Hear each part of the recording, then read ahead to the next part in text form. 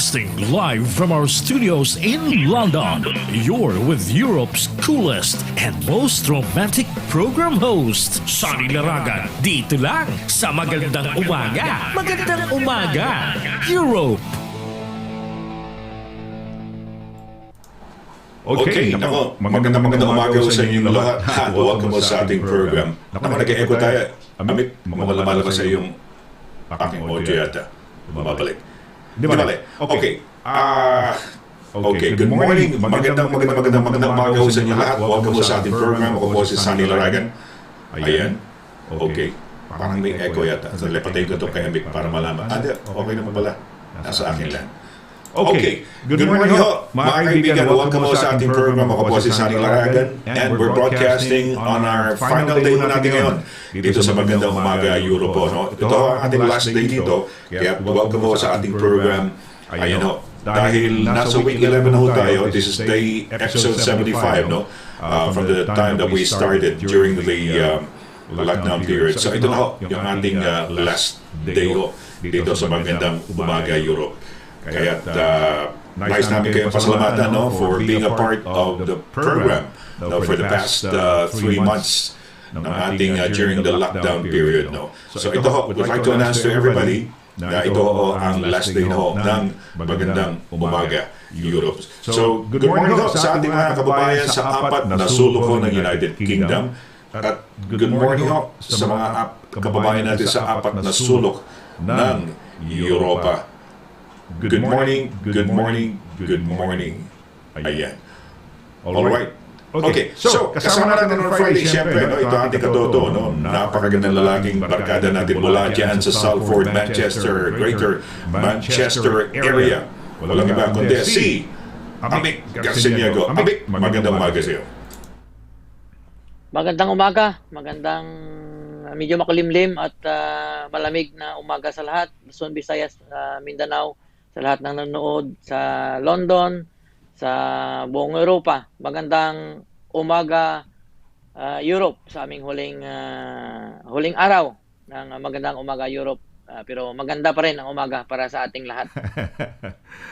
Yes, good morning, Amik. Magandang umaga sa iyo. No? Good morning. Ayan, doble asar pag nagsama tayo. No? Oo. Ayan, pag ikaw lang. Ayan, pag ikaw at ako'y nagsalita, ito, isa lang no? Diba ang voice ko?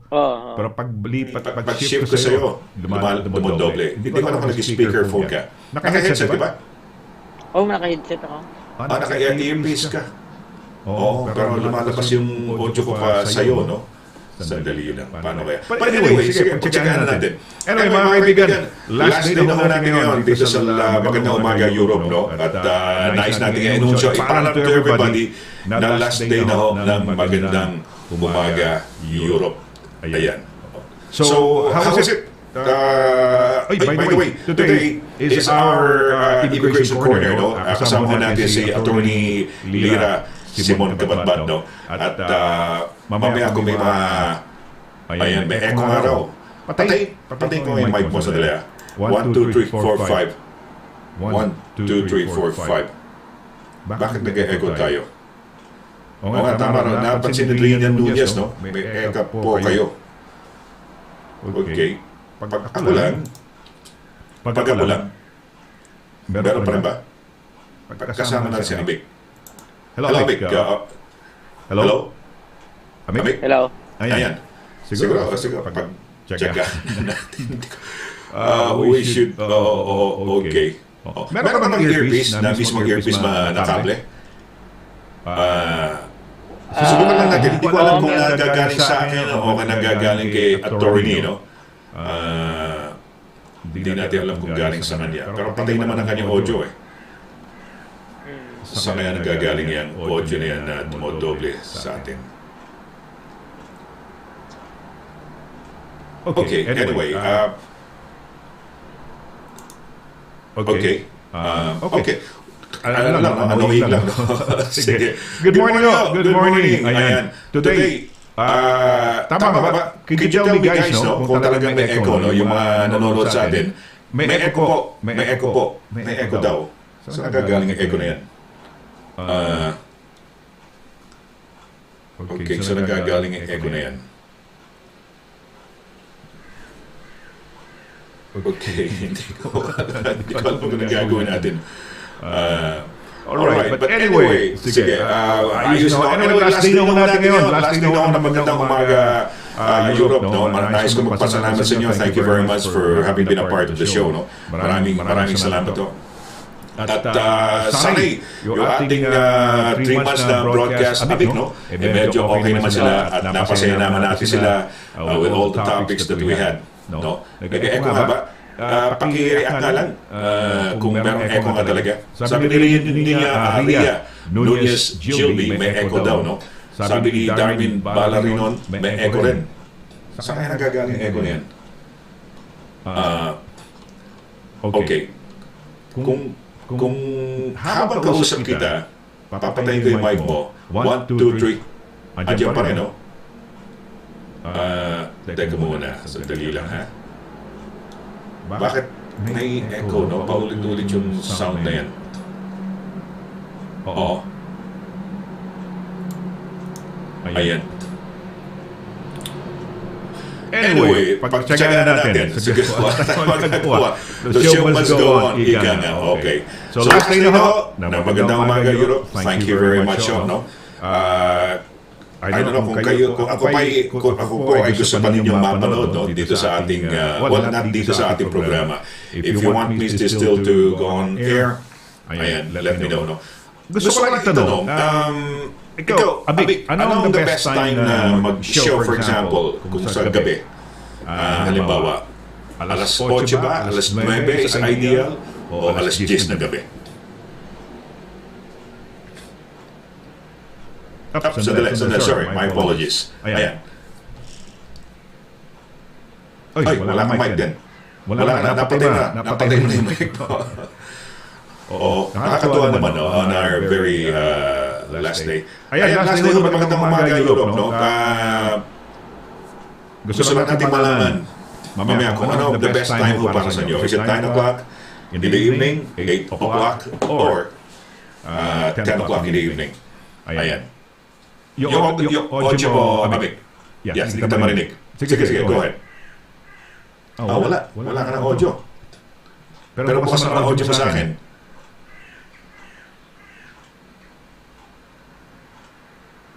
Wala akong marinig.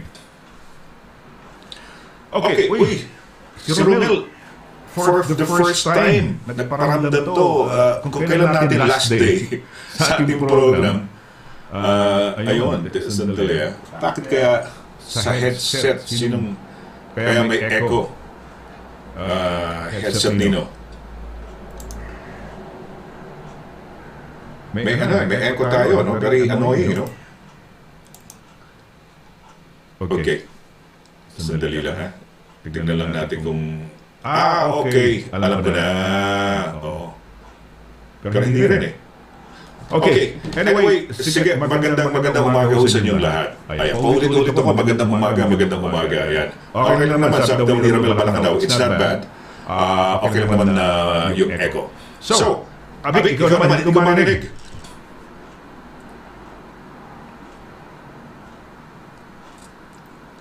Hello, Amik? Ayan. Siguro mag-reset ka muna siguro ng iyong Mag-break muna tayo. Mag-reset ka ng iyong... Nadidinig mo ba ako? Dinig mo ako? Can you hear me? Ayan, pero wala kami maninig sa'yo. Okay, mag-reset ka muna siguro. We're gonna have a short break, mga kaibigan. Mga kabalin, kababayan, chokanan, dabar cards.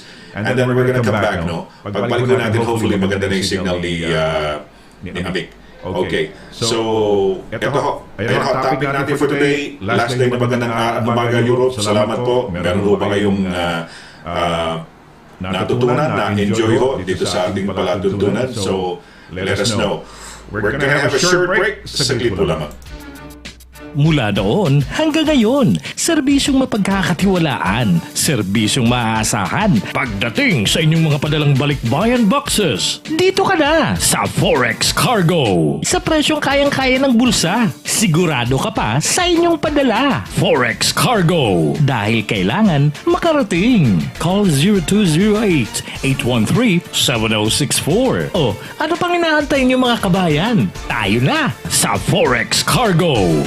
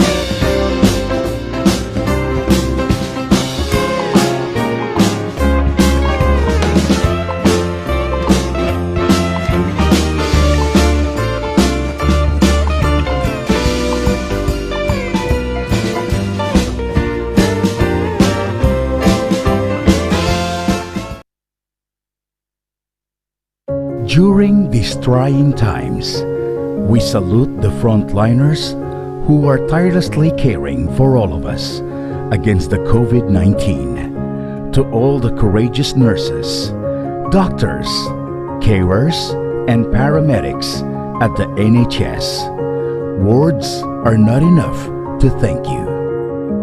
We at Highlight Express International are here to support you back with a full semester 10% discount when you send your balikbayan boxes to your family in the Philippines. Dahil ang Highlight Express International ay para sa pamilya.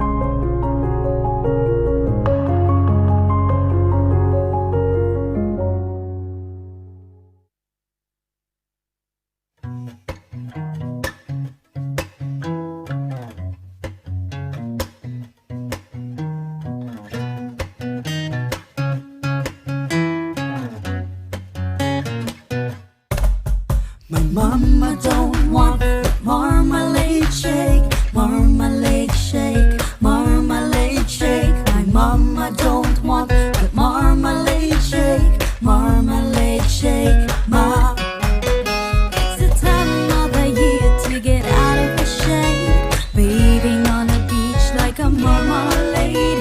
Feel the scorching heat of a father's sun while you snap a selfie for your Instagram. Sun is coming up in the end of May, driving to the beach for the masquerade. Jump the blue water and surf those waves. Let the crew fly high with a marmalade shake. My mama don't want the marmalade shake, marmalade shake, marmalade shake. My mama don't want the marmalade shake, marmalade shake. Ma,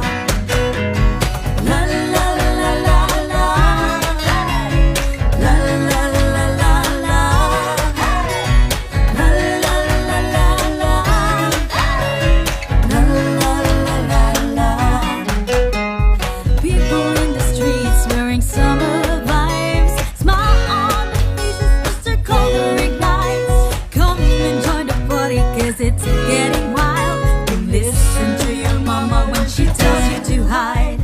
Chilling in the bar with my pina colada. Mama's on the side with her margarita. Sun is coming up and it's a brand new day.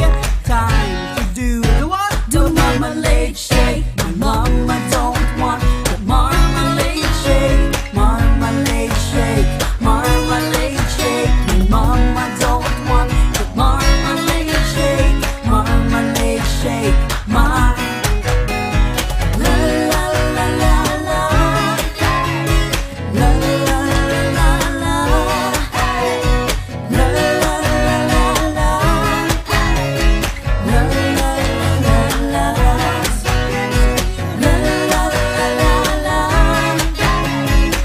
la la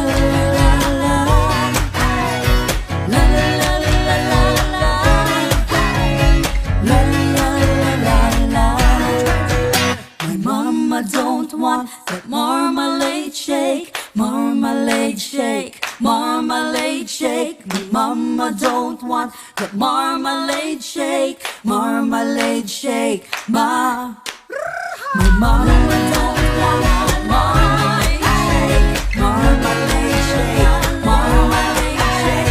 My mama don't want that marmalade shake, marmalade shake.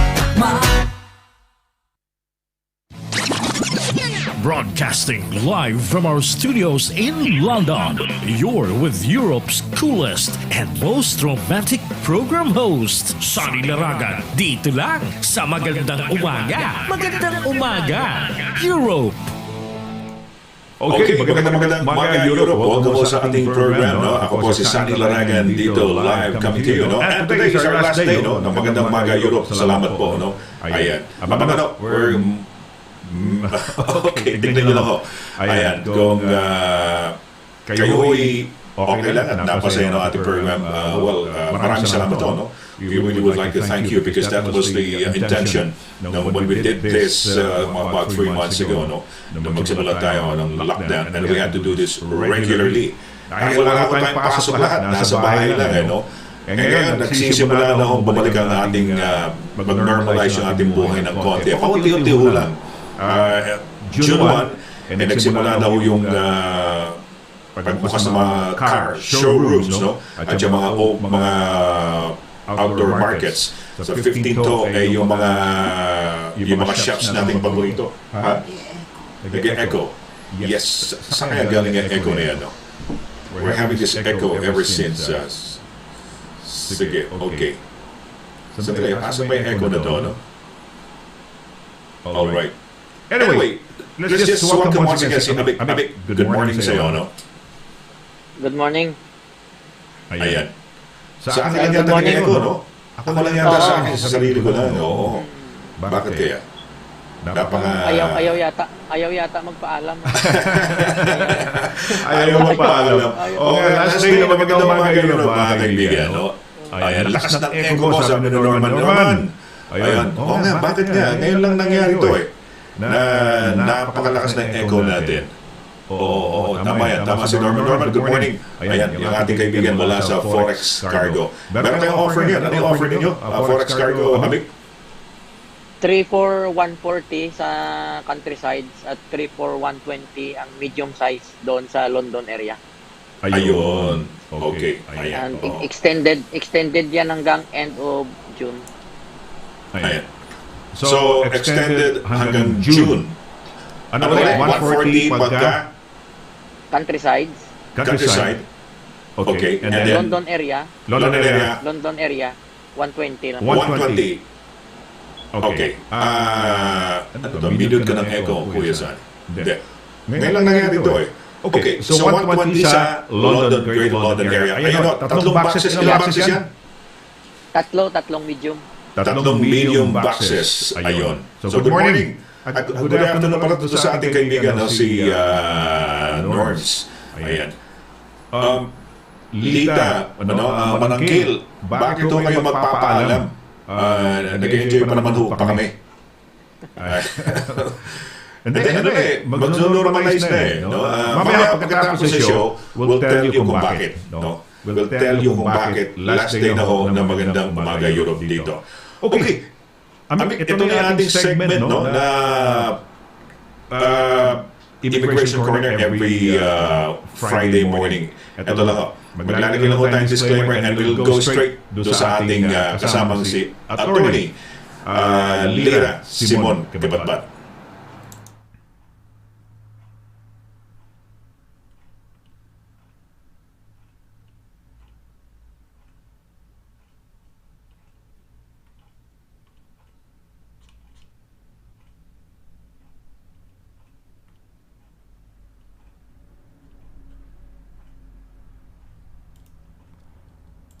Okay, tuloy-tuloy tayo sa ating program. Ayun lang, may disclaimer lang tayo. But this time, ito, makakasama naman natin.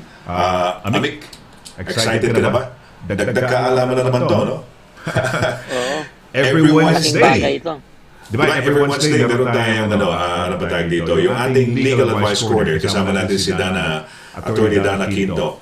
Today, kasama naman natin yung ating pinakamamahalan na abogada, specialista naman ho sa larangan ng immigration. At siya, by the way, ang kauna-una ng Amik na Pinay o Pinoy na magsama na babae lalaki na solicitor dito sa atin. Pioneering.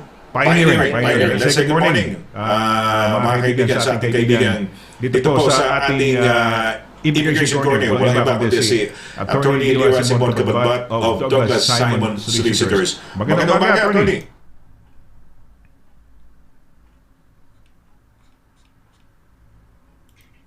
And hello, yes, good morning.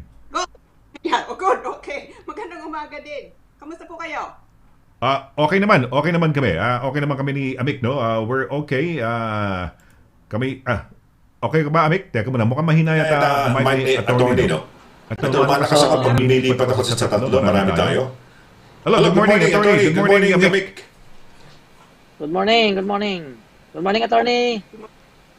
Good morning po. Okay, medyo mahina ang audio mo, attorney. Habulin ko lang, ha? Kasi masyadong bababa yung audio mo. So, habulin lang natin dito. Okay. Yeah, kumusta ho? How's the weather sa lugar mo? Is it like dito sa aming parte mukhang makulimlim, no? Medyo heavy clouds. Ano bang ngayon ang panahon sa'yo dyan? Hindi pa umuulan dito. Oo. Siguro ulan mamaya. Sa inyo, I mean, how's it Salford? Makulimlim nga at saka makapal ang ulap.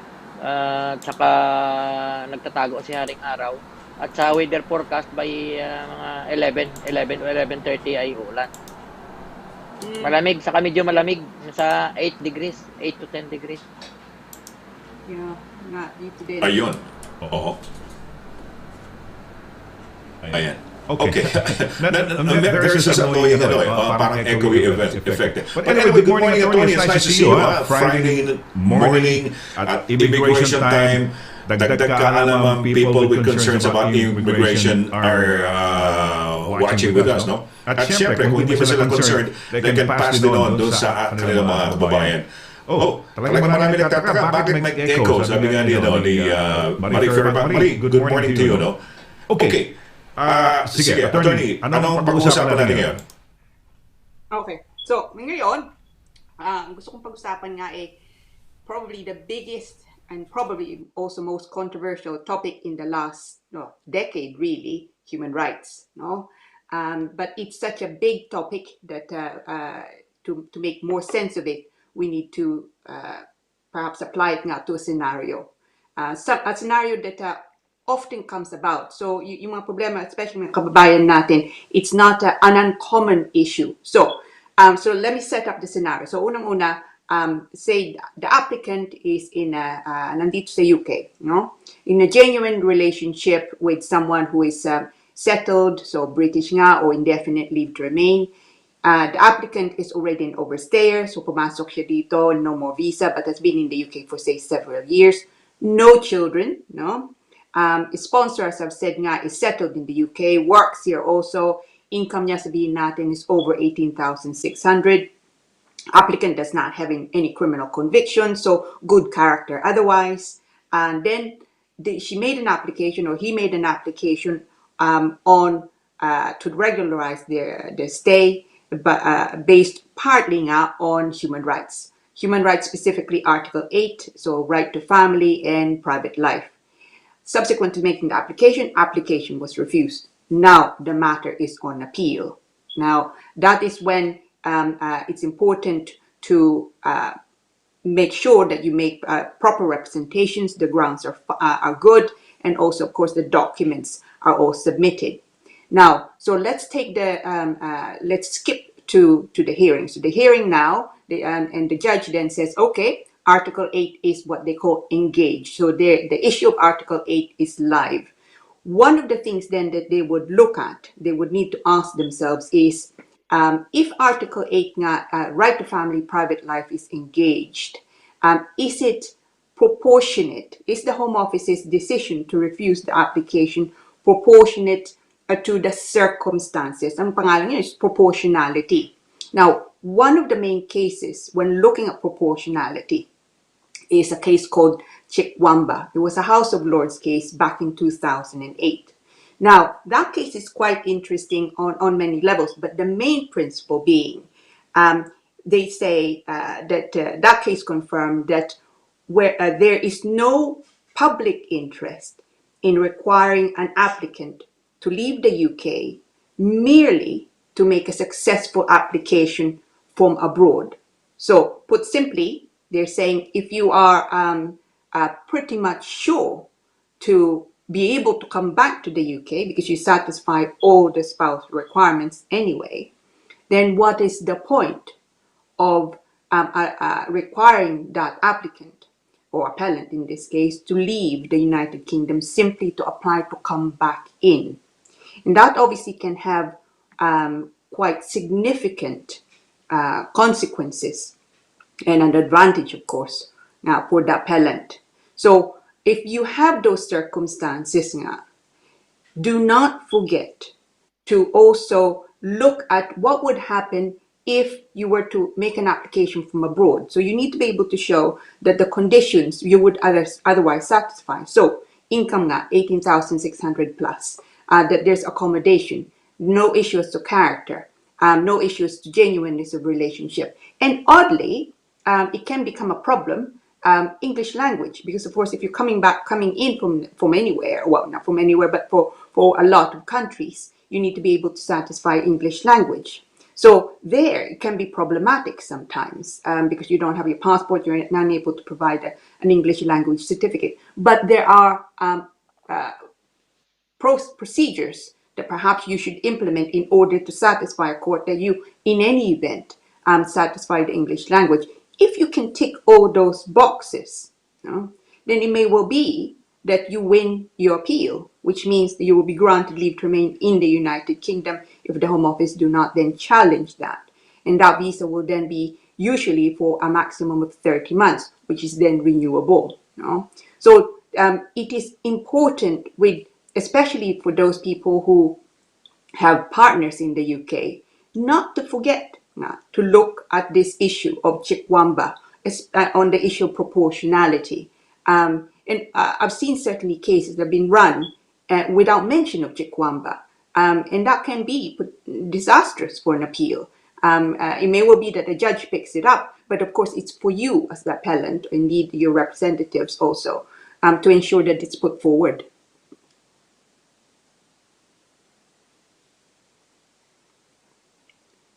I hope I'm... Okay, okay, okay. So, okay, all right. Ayan, napakinggan mo ba yan, Amik? Yung tinatalakay ni attorney? Yeah. Okay na? Yeah. Nawala na ba yung echo natin ng konti? Nawala na ng konti? Wala na.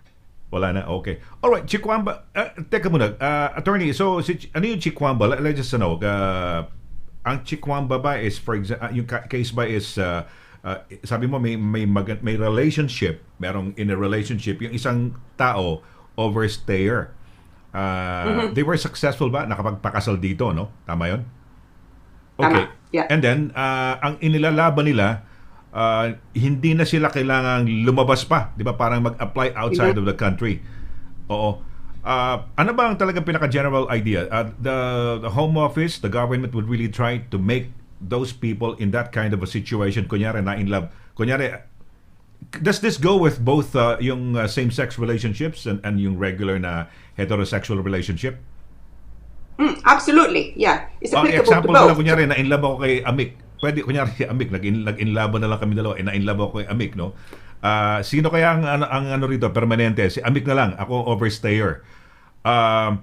The government would try really to try as much as possible to stop yung ano, 'di ba, mga immigration in a way. Is that the idea, no? Yung parang they will, anong bibigay nila? Sige, mag-apply ka. Sinasabi mo kasi to go out of the country.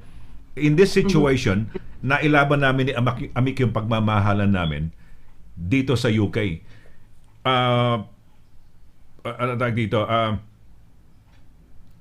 Maraming mga negatives because kung lalabas pa, kailangan magpasa pa yata ng English language kung lalabas pa ako para lang magkasama kami ni Amik. Pwede ba ilaban, attorney? Dito ba, most cases, for example, in that situation, I'm sure a lot of people dito nag-overstay, they would come as on a, Amik, di ba, darating sila on a visitor's visa. Tapos maghahanap ng magiging partner eventually. I know of 2 or 3 or 4 people who's done that, who's gone through that route. Nakakita sila, no? Pero hindi ko lang masyadong naalaman na ang story nila. So, kung gano'n, attorney, dumating visitor's visa, nag-overstay dahil 6 months lang, halimbawa, maximum. So, bitin pa yung oras para maghanap ng sweetheart. Nakakita eventually, and eventually overstayed, naging mag-asawa. Most of these people ba applying, they are asked to go out of the country? Yeah, you will find nga na it depends really very much on the circumstances. So, sabihin natin nga the scenario is, so dumating siya dito quite properly, and then fortunately found love, but by then tapos na yung visa niya, and they were living together, sabihin natin, or indeed even married. They don't even have to be necessarily married, but living together in a relationship that's akin to marriage. So they've been together nga a long time, but no children so far, no? So nagpasok sila ng application. Of course, the Home Office would be concerned, no? Kung wala na nga siyang visa. And in those circumstances, it's not unusual not to get a refusal. It should also not be unusual, but it's not always the case na merong ngang appeal. And it's really, you should put forward the case of Chikwamba when you make an application. But in any event, you should still put it forward when you nga are appealing. So basically, yung Chikwamba, sabi doon, look, if that applicant nga is very, very likely to be able to return to the United Kingdom because they tick all the boxes, no? And they have not used deception, for example. No? So nothing against character nga. Then the court, or that case, Chikwamba, has taken a fairly, if you like, pragmatic approach rather than punitive. So sabi doon, well, what is the point of requiring that applicant nga to leave the United Kingdom? So lalabas, just simply na makapasok on a spouse visa. So it's a practical approach, but it's not a magic bullet by no means. But it's something that's sometimes forgotten, and you should applicants in that position, appellants in that position, should ensure that it's put forward. Ay, yun, okay. Anong mga nilalaban natin yan, no? For example, nilalaban ho natin yan. Anong mga dokumento, what are the documents na kailangan ho na ipakita, no? Anong mga dokumento ang dapat ipakita tungkol doon sa income yata, di ba? May income yata na ano ba ang threshold? Ano ba pinaka-limit? Meron bang minimum limit ba sa income, attorney? Oh, so ang limit, so mga dokumento, so if you're coming nga as a spouse, kailangan pakita income mo sapat. So income no less gross income, so 18,600 pounds per year. So yun, if you're employed, meron kang P60. I mean, katatapos nga lang April. So in beginning of April, you should receive your P60. And the gross income should say there more than 18,600. If you're self-employed, pwede pang nga yun, but there are different documents that you need to provide. But your accountant will be able to provide that. Again, covering the full year. So, or even if you say you have a company, again, there are different documents, but it should still be all 18,600. So yun ang una. You need to also be able to show that, of course, the relationship nga is genuine. So, kung meron kayong mga, make a statement nga, setting out the background, kung meron kayong mga bills, or sometimes, not often, but bank statements, kung meron kayong mga kaibigan who can prepare, say, statements o mga kamag-anak, pictures even, okay? So, it's for you to show that the relationship has been ongoing.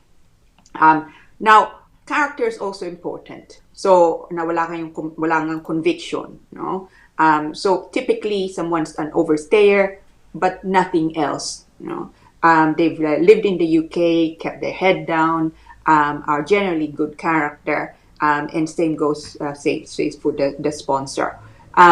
Now, those things, accommodation, and then of course the English. Kung nasa Pinas ka, papasok ka dito, you need to usually be able to provide what's called an A1 or an A1 test, the English language. So kung nandito ka and you're putting forward Chikwamba, then you want, if you can, also put forward an English language certificate, minimum nga of A1, preferably A2. No? Hindi naman ganun mahirap eh. Now, the problem there though is usually kailangan nilang passport, pero wala nang passport mo. So, you need to be tactical then in how you approach if you're going if you're at the hearing. So there you need to ask for your passport. Likelihood is hindi nila babalik yung home office. But at least you can show to the judge that you've asked for your passport to allow you to take the test. And you've not been able to take the test because of the home office's reply. And also, if at all possible, huwag kayong gagamit ng interpreter. Of course, kung kailangan nyo, then gamitin nyo. But if you're giving evidence in English, then it's very likely that the judge will make a finding that you would satisfy the test. So what you need to be able to show is, or what you first need to look at is, what are the spouse requirements if you're making an application from abroad to come into the UK? and make sure as far as you can that you tick all those. So that is the way you can argue then chikwamba. I mean, there's a bit more to it than that, but that would be the starting point.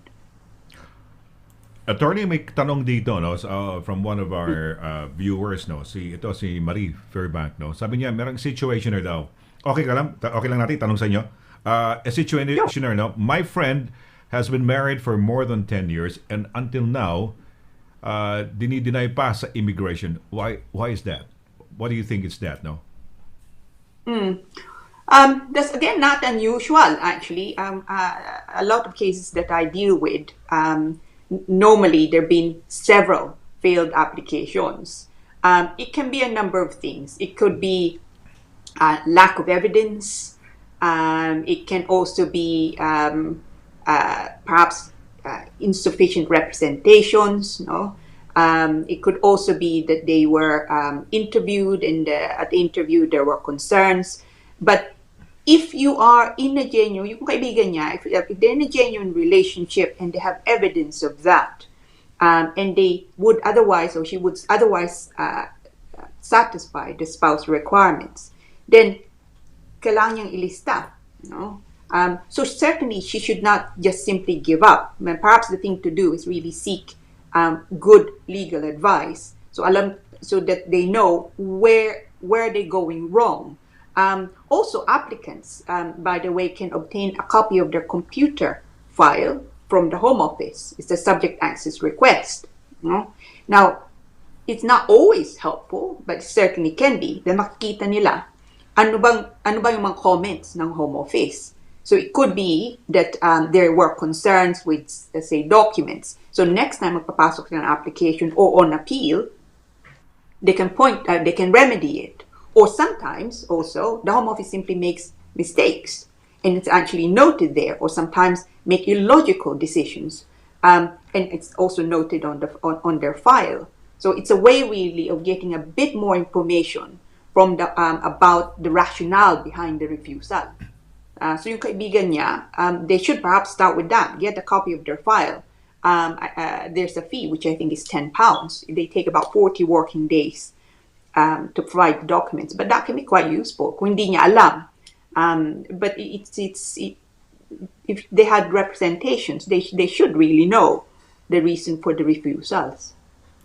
Ano rin pala yan, attorney, para pa lang sa AMIC, no? Yung kunyari credit rating mo, pwede kang humingi ng yung may mga agencies na pwede kang kunyari Equifax or ano yan, no? Nakalimutan ko na pwede kang kumuha ng report, babayaran mo yata, I don't know, £1 or something, to find out what's really hampering, what's really affecting yung credit rating mo. So pwede mo palang gawin yan, attorney, no? Yung copy ng computer file nila, kung bakit, no? Malaman mo kung anong comments nila doon sa yung application, ganun ba, no? Yung ganun ng bale, no? Okay. Pwede ba yan? Kamukha nito, ang kwento nito, 10 years na raw mag-asawa. Ano ba, pinapalayas ba ng Home Office yan? Or pwede bang patuloy pa rin, sabihin na natin, later on, baka biglang isulat dito, 15 years na ho silang married. Bakit nandito pa yung asawa kung kanya na situation? Bakit hindi, nag-a-appeal lang ba sila lagi? Ano situation niya? For example, from that viewer, she said, married for 10 years. Nadi-deny sa immigration. Pwede pa ba yung mga ganyan, tuloy-tuloy, tumira pa rin dito? And appeal ng appeal? Yeah, it's you after a while you can't just keep appealing, because otherwise it would just be an abusive process. It's expense that's really unnecessary also. So I would advise against just making applications on the same thing, and you don't automatically have a right of appeal also. It could be that after 3 refusals, they may well say, well, there should be no right to appeal. You should not be able to challenge this again because you're putting forward exactly the same thing. So really there, you need to, sometimes people want to just, they feel they need to do something, but sometimes it's best to just stand back, take advice, tignan nyo. Now, is this, where are we going wrong? And if there's no chance of an application in country, or indeed an appeal in country succeeding, then consideration should be given to to going back and making an application. But if the application is being refused to be here 10 years, then you also need to be concerned kung uuwi nga siya, is that situation going to get worse? Because of course, kung uuwi siya, hiwalay nga sila. Okay. You mentioned kanina nung tinanong natin yan sa simula, sabi mo it could be a whole lot of other many things that, the reasons. And sabi mo lack of evidence, lack of documentary evidence, lack of anything to support the relationship. And then sabi mo insufficient representations sa kanilang mga immigration advisors or lawyers na ginamit. Yung ba ibig sabihin nun? Insufficient representations? Yeah, so they're two separate things. So evidence is usually coming from the client nga, no? So there, kung yung payslip nga, o kung may business, of course the accounts, statements nga in support, even as I say, pictures, bills together. So anything to show, to back up the fact that the relationship, for example, is genuine and you satisfy all the other conditions, including accommodation, English, and income. So they are for you to provide to the Home Office. So if you don't give those documents, then they will likely not ask for them. They will simply refuse it because they will say you have failed to provide nga the evidence. So that's one thing. The second thing, I would say equally as important, is yung representations nga. You can't rely on the Home Office to apply what they think you are arguing for, no? The applicable law. That is for you to do. So if you or your representatives are saying, well, actually, we've been here, relationship nga, let's take that scenario, 10 years nga, married, been in the UK for all that time. So you need to put forward your arguments, one of which nga is yung human rights. And one thing when you're arguing human rights is yung proportionality. And in this case, kung 10 years na, may income nga, sapat naman, may accommodation, English is not a problem, there are no convictions nga, then it fits exactly the principle nga of this chikwamba. So the idea ng chikwamba is if that person is very, very likely to be able to come back to the United Kingdom, bakit pa siya kailangang umuwi? Okay. Kung may likelihood talaga na okay naman dito, bakit kailangan umuwi, no? Okay. So yun ang mga instances, one of those probably ways by which you can argue for arguing within, of not really going out anymore, no? To come back, no? Kasi magkakaroon ng problema ron. May tanong tayo kay Meli Cordero dito. Sabi ni Meli, kung sakali ho, attorney, matalo ho ako sa appeal at pauwiin ho ako sa bansa, no, sa atin, sa Pilipinas, sa bansa Pilipinas. Makaka-apply pa ho ba ako makabalik dito sa UK bilang asawa? So, absolutely, no? So ito, kung sabihin natin yan, yung nagpatong ng application, for whatever reason na-refuse nga yung application, nag-appeal, na-dismiss nga yung appeal o hindi na sila nag-appeal. Kung may asawa nga siya dito and there's no question of the genuineness of relationship and they satisfy yung mga conditions, yung income, 18.6, accommodation, English, good character, yun, then kung uuwi nga siya, papasok siya dito, that is still very much a possibility. Now, you just need to be careful that you make sure that the representations are made properly. But if you're coming in from abroad to join someone who as a family member, and that person is British or indefinite leave to remain, you actually exempted from what they would normally say as automatic refusal because of the background. So absolutely, she can, pwede siya magpasok and makabalik nga dito. Okay. Amik, may mga tanong ka ba? May tanong ka? Wala. Wala naman. Okay. Meron dito parang follow-up lang, no? Attorney Lira, ito si Mariula, no? Can you include both names in house contract or bills or banks if one person is not legal here? So siguro parang they would like to build siguro documents later on to prove that, siguro yan ang tanong lang. I don't know kung may idea ka, no? Can you include both names in house contracts, in a house contract, or bills or banks if one of the person, one person is not legal here, attorney? That's a problem. There is a legislation ng pangalan nga right to rent, so sabi ng gobyerno, okay, landlords must check, that the person they're letting to has leave to remain in the United Kingdom. And landlords can obviously be very, very scared if you're unable to provide documents. So it's not unusual nowadays to just have nagsasama nga yung mag-asawa, pero yung tenancy nandun lang sa babae o sa lalaki, the one with status, and the other one's living. If that's the case, okay, you still provide the tenancy, kailangan yung pakita na yung accommodation. And it may well be that you have a good landlord who will confirm, tenancy is under this one person's name, pero alam ko na meron siyang kasama, nandiyan yung asawa. Or if failing that, then you may well have friends or family. You can say, yeah, absolutely, they've been living together.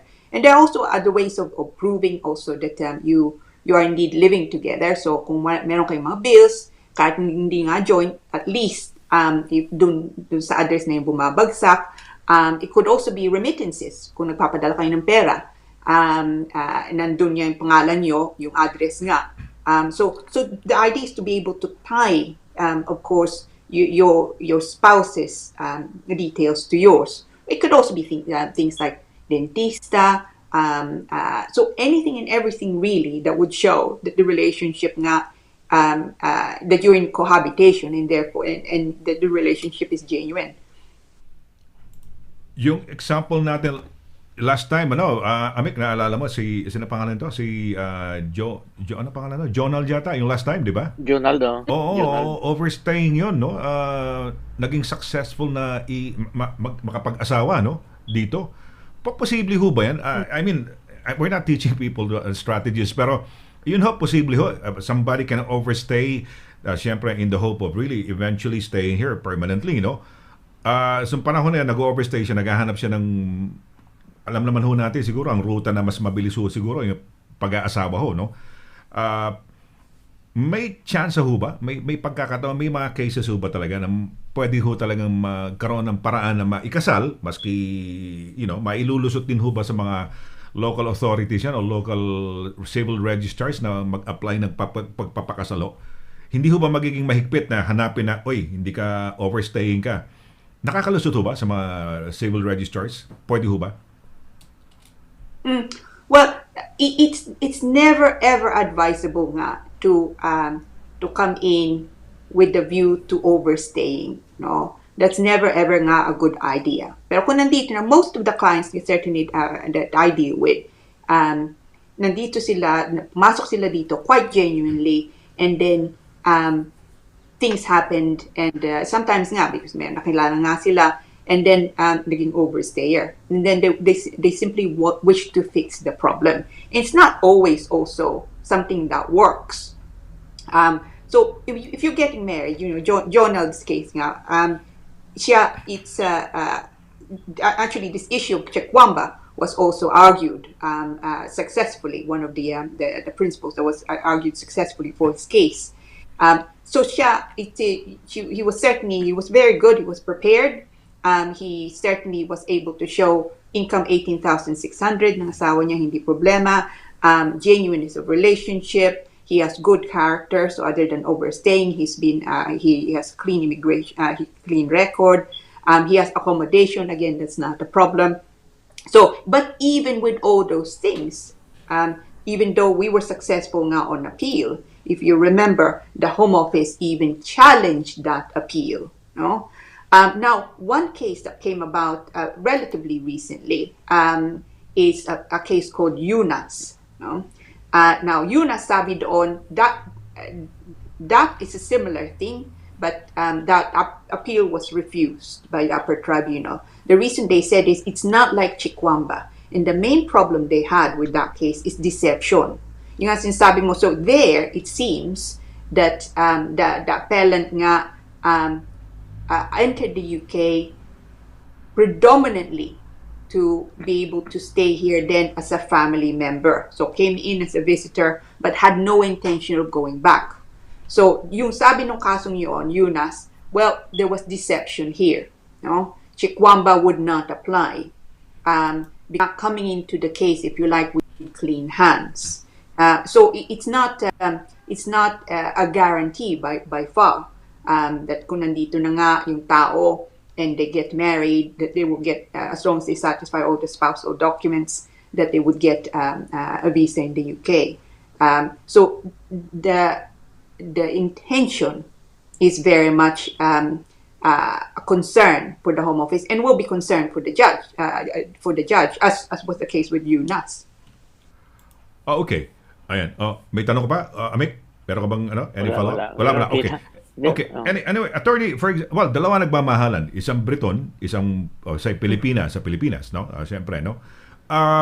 Which is the better route for the two of them, no? Is it the guy from the UK going to the Philippines, marrying the girl, and then eventually the girl from the Philippines applying as a spouse, or for them to apply for a fiancé visa for the girl to come over and eventually get married here? Which is the better and the most advisable route? Mas marami bang problema yung pakasalan ni Briton sa Pilipinas, si Pilipina, babalik na si Briton, tapos mag-a-apply ngayon outside of the country, no? Outside of the UK yung babae, papasok dito, or mag-apply na muna at the beginning, at the onset, for a fiancé visa? Ano ho ang best route para sa dalawa na yan between those two options? Yeah, with those two different scenarios, it's less of a legal issue. It's more really what works for the parties practically. So if you nandito yung Briton nga, no, and then malaking pamilya, sabihin natin ng Pilipina sa atin, and they want to attend the wedding, no? Then, practically speaking, especially if they're both free to marry, then maybe better for the Briton to go back, to go to the Philippines, get married there. That marriage, of course, will be recognized by the UK, and then from there, yung Filipino will then make an application to come in nga as a spouse. Now, sometimes that does not work. So, taking for example nga yung nandito na yung tao and an overstayer, then there are concerns as to whether or not she's be able to come back, or indeed if she were married in the Philippines nga before and divorced in the UK. So, it may well be that it's more practical than to make an application in countries. But taking your scenario, if the fiancé then wants to come into the United Kingdom, that can also be done. But just beware, there's of course an additional process. So kung kasal na sila sa atin, papasok dito is one application as a spouse. Kung dito sila magpapakasal, then he or she will need to come in as a fiancé una, one process. Pag matatapos na yung visa, pagkakasal na sila, then they need to apply again for spouse. So they need to actually swap it. So it's actually two processes rather than one. So if you like, you save yourself one process. And arguably, it's also a stronger application as a spouse rather than a fiancé. And beware also, of course, if you're fiancé, you can't work in the UK. May limit ba yung fiancé? So when you come in as a fiancé, on a fiancé visa, is there like a period of time in which you have to eventually get married? Meron bang parang limit of time yan? So the UK government, the Home Office, or when they apply, say for example, a visa doon sa Pilipinas, and they are granted a fiancé visa, meron bang time limit yan? 6 months. Yeah. So within that time, you need to be able to marry in the UK and submit an application to vary and extend your leave to remain as a spouse. Okay, a British guy gets married to a Filipina, pero less than 18,000 ang pera. ang kanyang income, gross income. So hindi successful ang magiging application, di ba? By virtue of that, no? By way of kanyang income. Pareho, ano ba tawag? So hindi makukuha yung tawag dito yung girl because mababa hindi nga sapat ang sweldo. Ayun, nakalimutan ko na yung akin, may line of thought ako eh. Pero kasi marami ko kasi nagtatanong kasi may mga cases ganyan, no? Ilang taon na ho sa Pilipinas hindi ho makuha-kuha yung asawa dahil nga ho sa sweldo. No, marami kasing nabibiktamang mga kababayan natin, ipakikilala siguro by ang pag-asa, ipakikilala ko niya sa a cousin would introduce doon sa kanya, isang kaibigang Briton, at magkakamahalan, pakakasalan ng lalaki sa Pilipinas. Marami hong cases dito eh. Pero hindi ho madala-dala ang asawa. No? Should we be warning our kababayans? What do you think, attorney, na to make sure ba can our kababayans ask yung mga manliligaw sa kanila o eventual spouses nila at hey, magkano sweldo mo? Baka hindi ka umabot na sa limit. Should they, I don't know, no? We're talking of nung mga nakaraan ng mga doon sa isang program yung Legal Advice Corner, yung prenuptials, no, agreement, no. Dito ho ba, what do you advise? Do you advise Pinays to find out kung magkano sweldo ng kanilang mga future spouses? Oh, yeah, that's controversial, Sonny. You know, dahil nga, well, put it this way, kung ako nga yung sponsor, tapos meron akong nagustuhan nga kami, and then and tanong niya sa akin, magkano bang sweldo mo? I must admit, I would then be concerned as to the intention, no? But at the same time, of course, kung ang plano nga dito sila titira, then it may even be for the sponsor nga to ensure that they'll be able to apply for their spouse or indeed fiancé to come into the UK, because otherwise the relationship will obviously be a long distance one, which could be quite difficult. It's a difficult subject, I think, to approach. Ewan ko, I mean, kung tanungin, kung yung sitwasyon mo, tapos tanungin ka, magkano bang sweldo mo, I'd be a bit concerned, wouldn't you? Yeah. Oo. Okay. But then, Amik, no? Kung tanungin ka, Amik, ano sweldo mo? Amik, kunyari ikaw, mati-turn off ka ba? Kunyari ikaw, wala kang asawa, tapos merong Pilipinang, siyempre gusto mong mapangasawa sa Pilipinas. No? Sa bagay, hindi. It's mostly sa mga puti yan na mangyayari yan. No?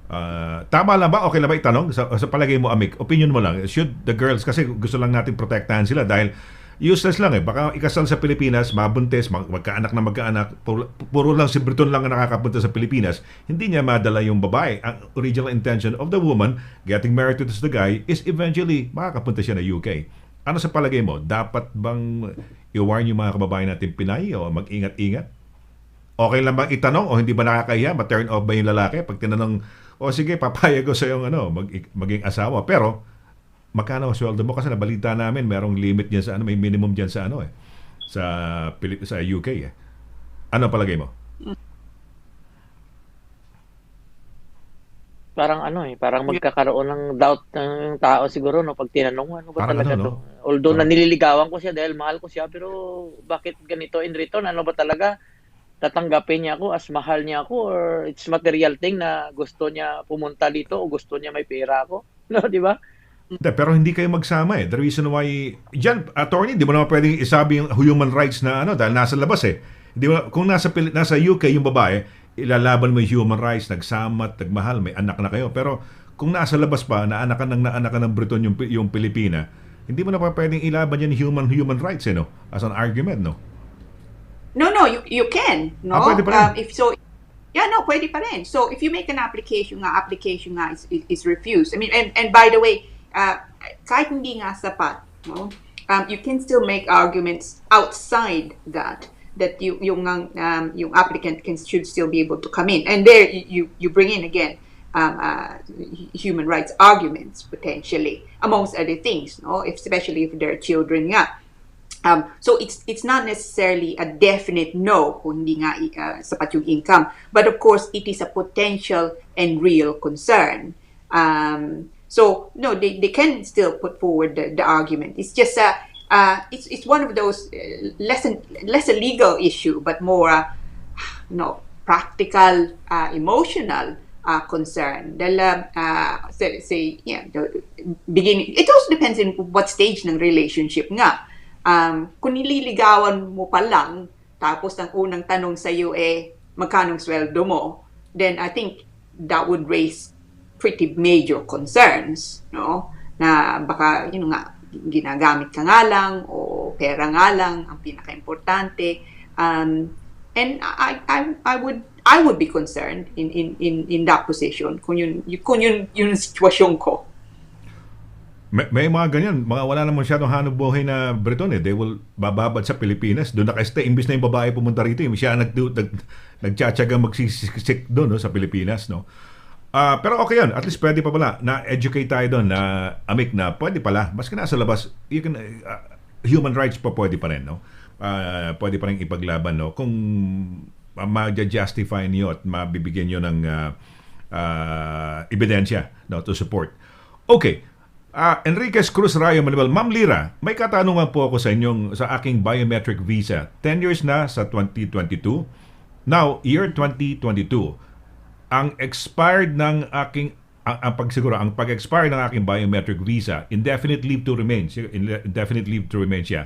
Ano po ba ang pinaka best i-renew before come 2020? Pwede na ba siya i-renew? Gulo to.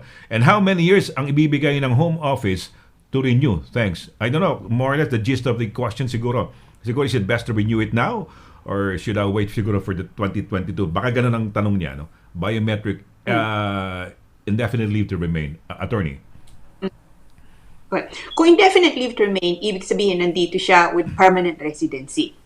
So, yung expiry date na nandun sa card, yun lang card mag-expire. So, ibig sabihin, it's a bit like our passports, no? Di ba yung passport natin is not indefinite naman. So, there's an expiry date. When that expires, hindi ibig sabihin na hindi na tayo Pinoy. No? You're still Filipino. Yung nga lang passport mong natapos, that expired, you need to get a new passport to be able to travel. So, the same principle applies nga to the biometric card. So, kung biometric card, sabi doon, indefinite leave to remain, settlement nga. It means exactly that. But before 2022, matatapos na nga yung card, then you should get another card. So you need to make an application. Yung card nga lang ang papalitan, hindi ibig sabihin na matatapos na nga yung indefinite mo. So the card will then be for another 10 years. But in his case, ang payo ko, if he can, then it's probably best to actually apply for naturalization. Kung makuha niya yun, then apply for British passport. And then if he wants to be dual, then of course that can be done. So at least hindi mo na kailang, you don't need to worry na mag-expire nga yung card. Especially kung matatagalan nga siya sa Pinas, kung nagbabakasyon siya sa atin. Ayan, Enriquez, mas practical. Huwag mo na hintayin yung nakaka 10 years ka na. Actually, 6 years lang ang requirement, di ba? Para sa naturalization.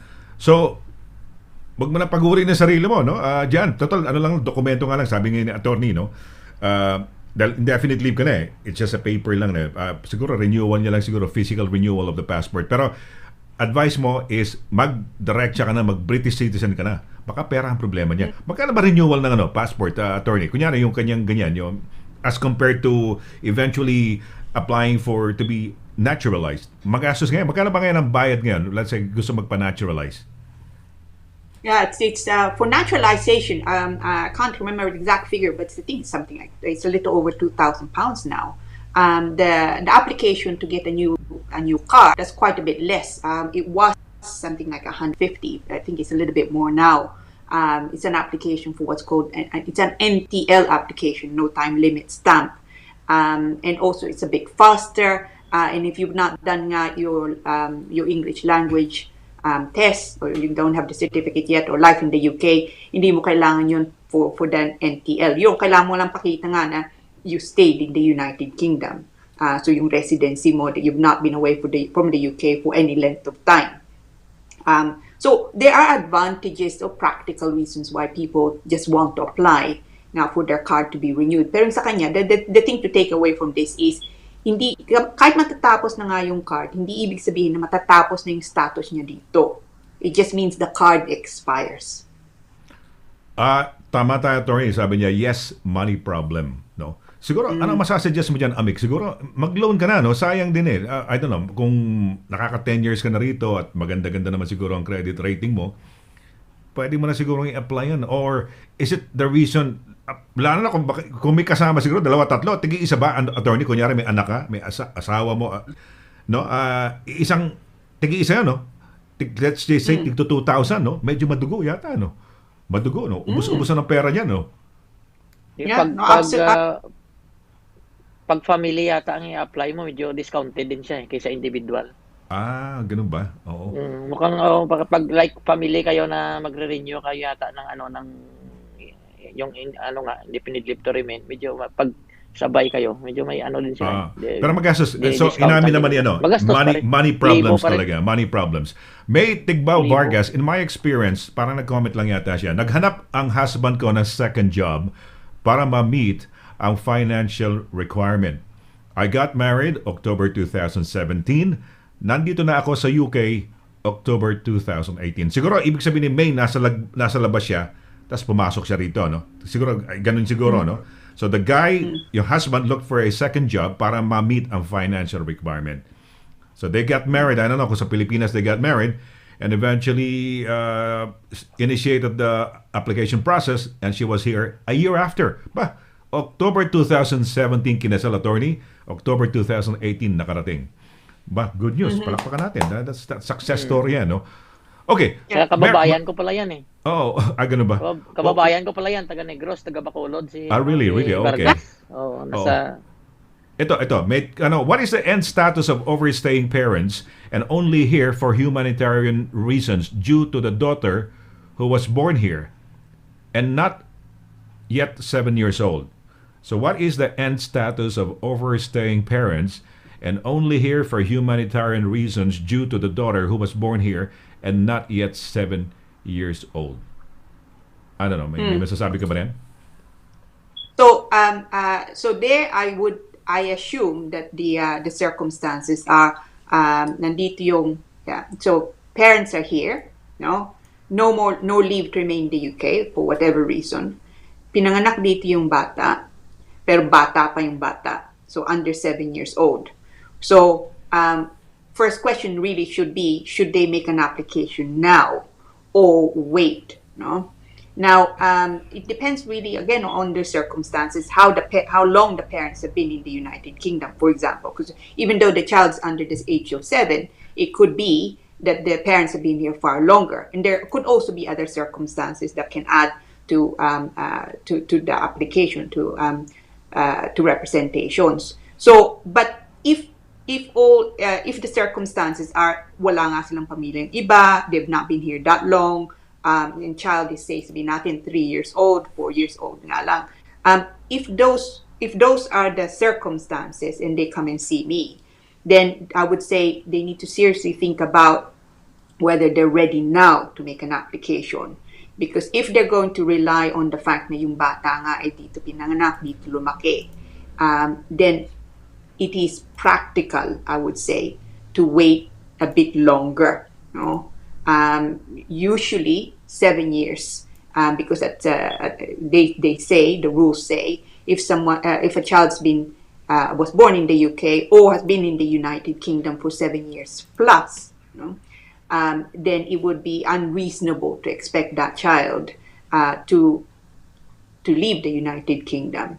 But just beware. It doesn't mean, even though the child is over 7 years, it doesn't necessarily guarantee a successful application. It's still you still need to make the case, but absolutely it's a possibility. So siya, kung batang-bata pa yung bata, sabihin natin 6 years old na, it's probably more practical to wait another 12 months before pursuing an application. Okay. Yan. Maganda yung advice.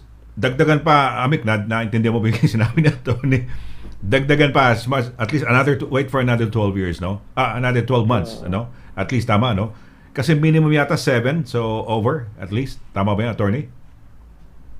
Well, the rules say, children's interests must be looked at as a primary consideration, not the only consideration, but certainly a primary one.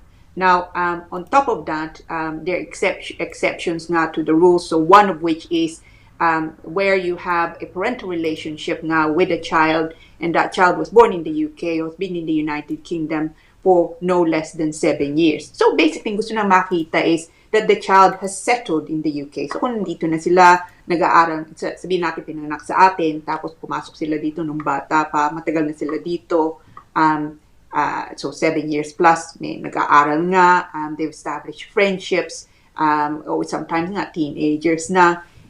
Is it unreasonable, or I would say it would be unreasonable to expect that child to leave the United Kingdom and expect to settle somewhere else, kahit nga Pinas, even though the parents may be Filipino. Maraming ganyang cases, Amik, no? Yung mga overstaying, mag-asawa, tapos may anak dito, no? So it's best, no? Ayun, yung at least 7 years, no? Okay. Meron ditong tanong, no? Ask ko lang po, ito kay Vien Sinev. Ask ko lang po, na-require po ba, na-required po ba ang mag-apply ng English test kapag nag-apply ka ng spouse visa? Yeah. So, different scenario. So, kung nandun ka sa atin pa, no, papasok ka nga dito, then one of the things na kailangan mo is English language, English test. That must be submitted when you apply. It's a must. Kung hindi mo may pasok, mari-refuse ka. But the level is fairly basic. It's an A1. No? Now, pagka nandito ka na, gusto mong i-extend yung visa mo, then you need, if you use the A1 nga before, kung nandito ka na, then you need another test, and it's an A2 test. Kailangan mong pakita to get the extension nga. Now, when you get your extension, tapos magiging indefinite ka na, magpapasok ka ng application for indefinite, then you need, again, an English language, but again, it's a higher level. And of course, on top of that, yung life in the UK test, yun pinakamahirap. At least that's the one that a lot of people have problems with, because it's quite in depth. Knowledge is required pretty much on it can be anything, history, politics, ganoon. So oftentimes mga kliyente ko, they don't normally have problems now with the English language, but beware, the life in the UK can be quite tricky, so allow time to do that. So those are the scenarios.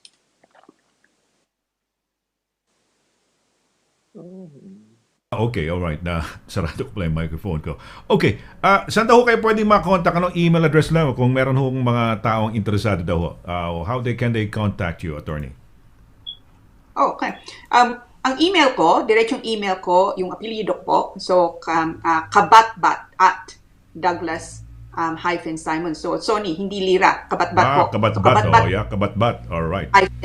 Simon.com. DouglasSimon.com. Sige. I-ano natin yan. So, yan, dyan ka pwedeng ma-contact nila. Pero yung telepono mo, tama yan, no? Ayan. Yep, tama yan. Otherwise, tawagan nyo ako. As I've said, email me. Yung kabatbat, yung apelido ko, at Douglas-Simon.com. And I'm happy to reply. And if you want a more in-depth meeting, hindi din problema. Just make an appointment to see me. Ayan, oo.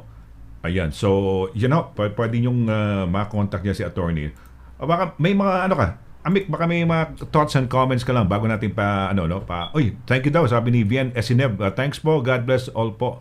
Ito, may question pa rito. Pero, attorney ito, may tanong dito. Good morning, Sir Sunny and Attorney Lira. Ask ko lang, attorney, nakuha ko na dito ang anak ko, meron siyang UK residence, 16 years old na siya, kaso bumalik siya sa Pilipinas. Mag 2 years na siya doon, mag-expire na yung UK residence niya this year, sa September. Ano kung gagawin ko po? Siguro bukod sa bukod sa gusto niyang batukan yung bata, no? Dahil siguro sayang yung ginawa, 'di ba? Ano pa ang gagawin ko bukod doon? Yeah, yun na nga.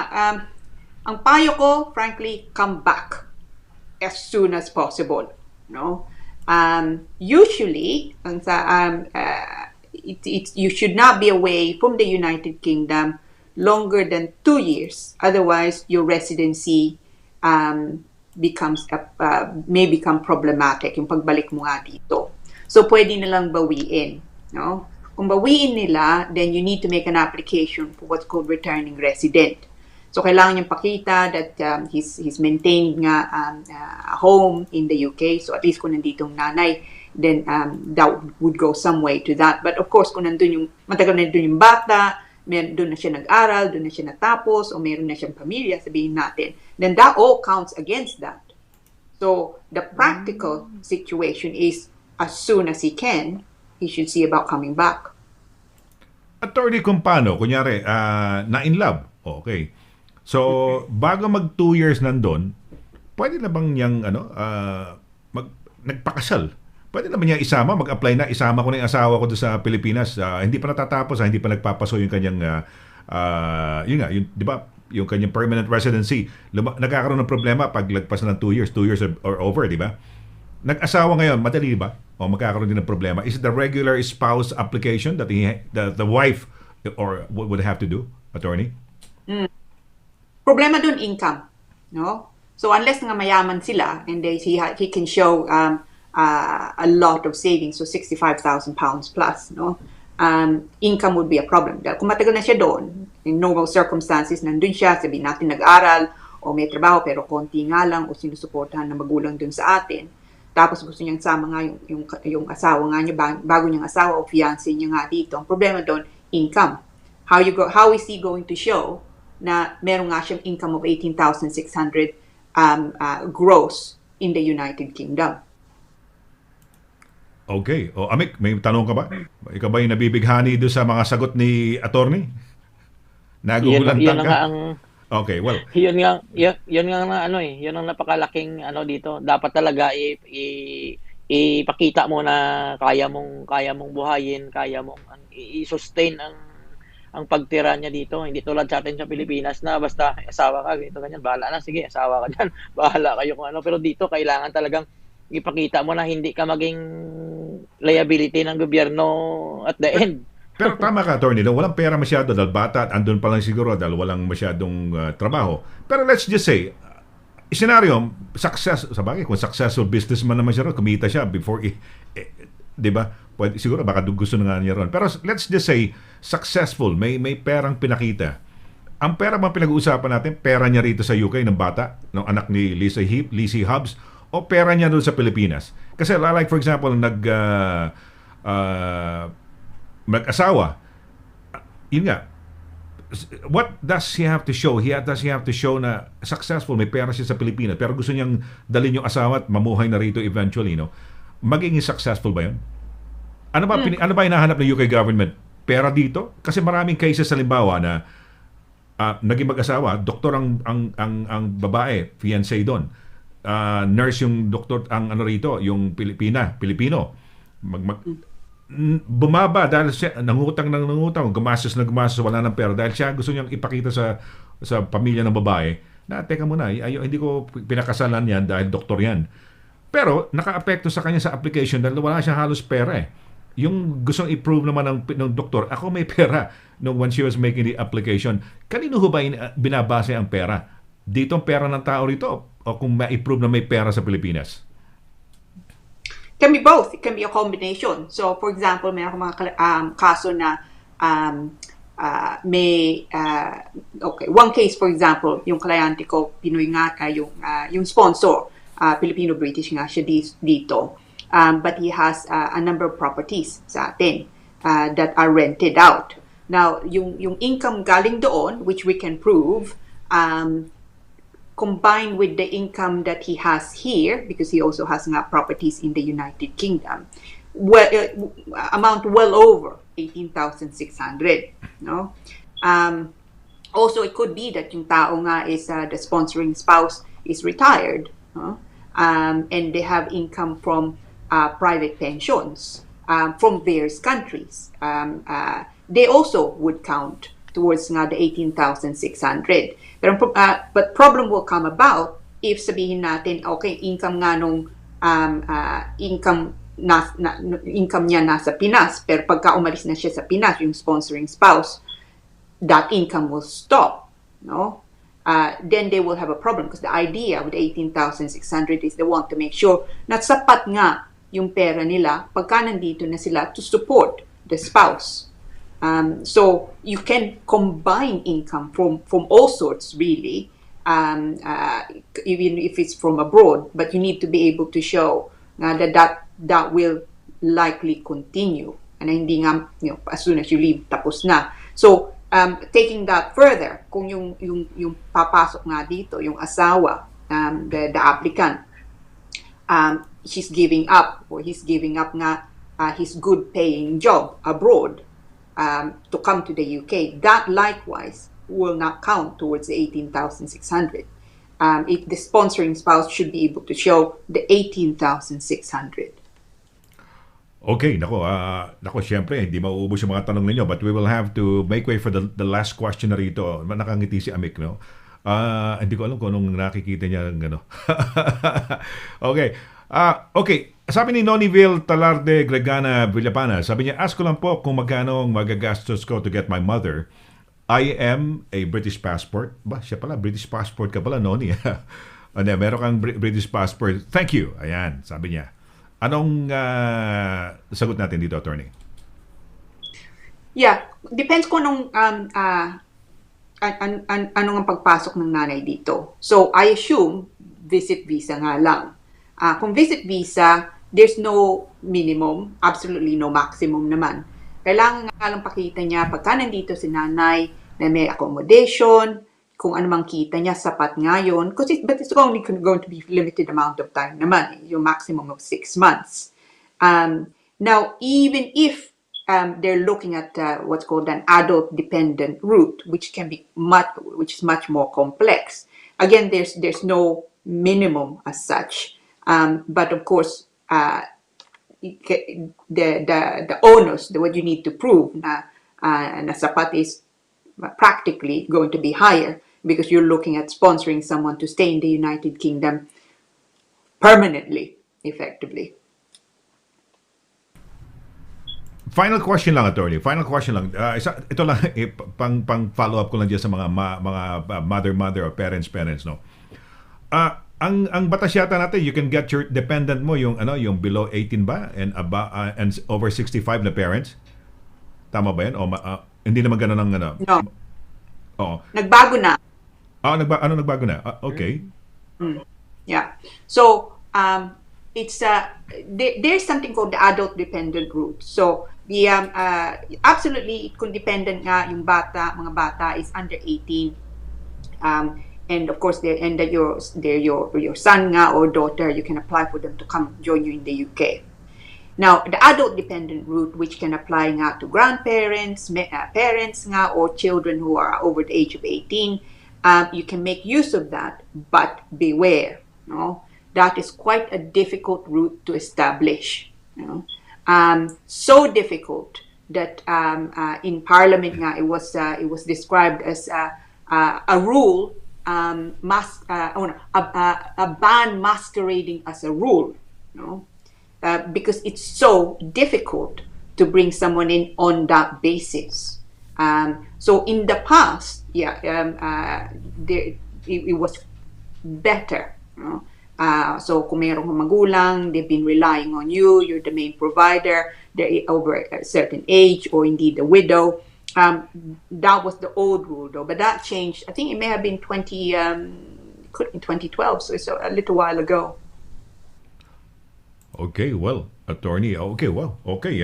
So hindi na pala ganun kadali pala, no? Yung mga nanay at tatay niyo na dadalhin pala ninyo, no? Dati yun, no? One of those yung pwedeng gawing kunin, no? Below 18 at saka yung over 65 over, no? Okay, eto mabilis na lang. Bigla tayong pinuputak din ng mga tanong, attorney. Total, last day na ho ng last day namin dito, ha. ng Magandang Umaga Europe, no? Na pag-isip-isip namin ni Amik na ayaw na naming magprograma, no? So hindi, okay. Lizzie Hobbs, thank you, attorney. Ang problem ko, quarantine po ngayon. Yung Philippine passport niya expired na rin nitong August. Needs to renew. Sarado po ang DFA sa Pilipinas. Di ako makakuha. Okay, okay. Tumadami yung mga tanong dito. Di po ako makakuha ng paper na need ng anak ko. Sarado Embassy London, British asawa, at okay naman po ang sahod niya. Thank you po. Maraming salamat po. Lizzie, pauwi mo na kagad, ha? Dito, at balik uli siya. Another 2 years yet. Parang nagre-reset ka, no? Attorney, tama ba yun? Pasok ka lang, tapos labas ka ulit kung gusto mo. Ganun ba yun? Pwede? O, tama bang advice yun o mali rin? Yeah. Ang problema nga doon, they will look at the past, no? Then ang question nila, are you still resident in the UK? So kung nandun ka 2 years sa atin, or slightly less than 2 years, balik ka dito, uwi ka uli, no? Then next time you come back in, then the immigration officer will probably say, well, in that case, you're probably no longer, in fact, really resident in the UK. So it would be a question of fact. So it's not a question of reset. But of course, if you, kung nandun ka, sabihin natin, tagalang ka because of lockdown, o may problema nga sa atin, you came back into the UK, you stayed here for a decent amount of time, kailangan ka nga umuwi uli din sa atin, then it is less likely that an immigration officer will say, well, you're no longer, in fact, resident in the UK. Okay, Elena Maria Suplada. Oh, ang ganda na apelido nyo, Suplada. Suplada kaya to, Emik, no? Suplada, Elena Maria Suplada. Oh, okay. Siguro gusto niya. So bakit dito, attorney, di ba pwede ditong, yung deed, ano ba yung change of name by deed poll, di ba? Deed poll ang ba tatawag doon? Yung kunyari si Amik, gusto niya pangalan, Justin Bieber. Pwede yan, di ba? Dito? Pwede ba, attorney? Yeah. Yeah, you can change your name quite legally, either by yung deed poll o kaya statutory declaration, change of name deed. You can do that.